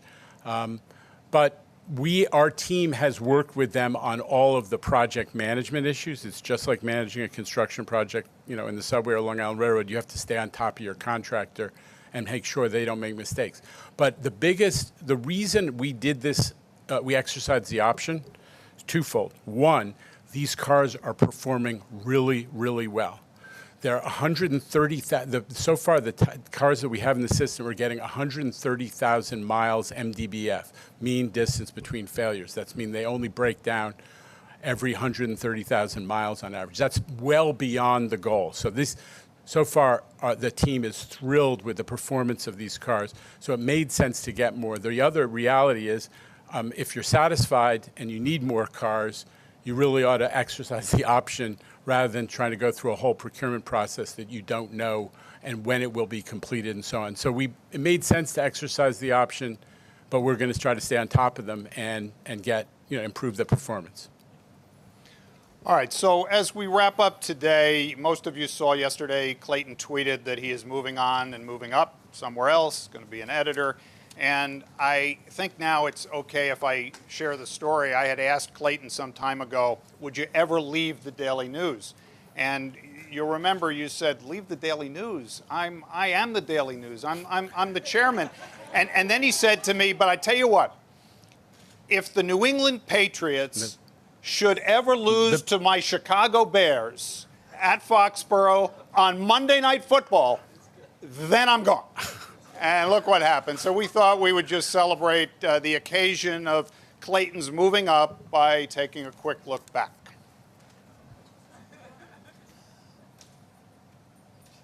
Or something, but we know it's not a fake background because of the way it looks. Anyway, Clayton, you're up. Okay, thank you. I have three very quick ones. I will ask them in succession. First, I have three, but first I just want to re-ask what I asked earlier. He's a guy that's down in the stations all the time, playing a horn, surrounded by animatronic Furby or cat dolls. I have three. Each one may be more irritating for you than the previous. Yeah. What type of chair are you? Are you one who's going to waffle on this, at least publicly, or are you going to be one who's endorsing specific things and getting behind revenue streams that you desperately need? What's your opinion, Clayton? I don't know. But you're seeing things go in the wrong direction for subway crew availability. So I'm not sure I agree with your numbers. You seem a little cranky today. They're your numbers. Clayton. Yeah. Did you have a bad time on the Amtrak train? Yeah, I'm going to write about it. Yeah. Clayton Gusa of the New York Daily News. I have three. Each one may be more irritating for you than the previous. Yeah, I know. Don't do yourself, sir.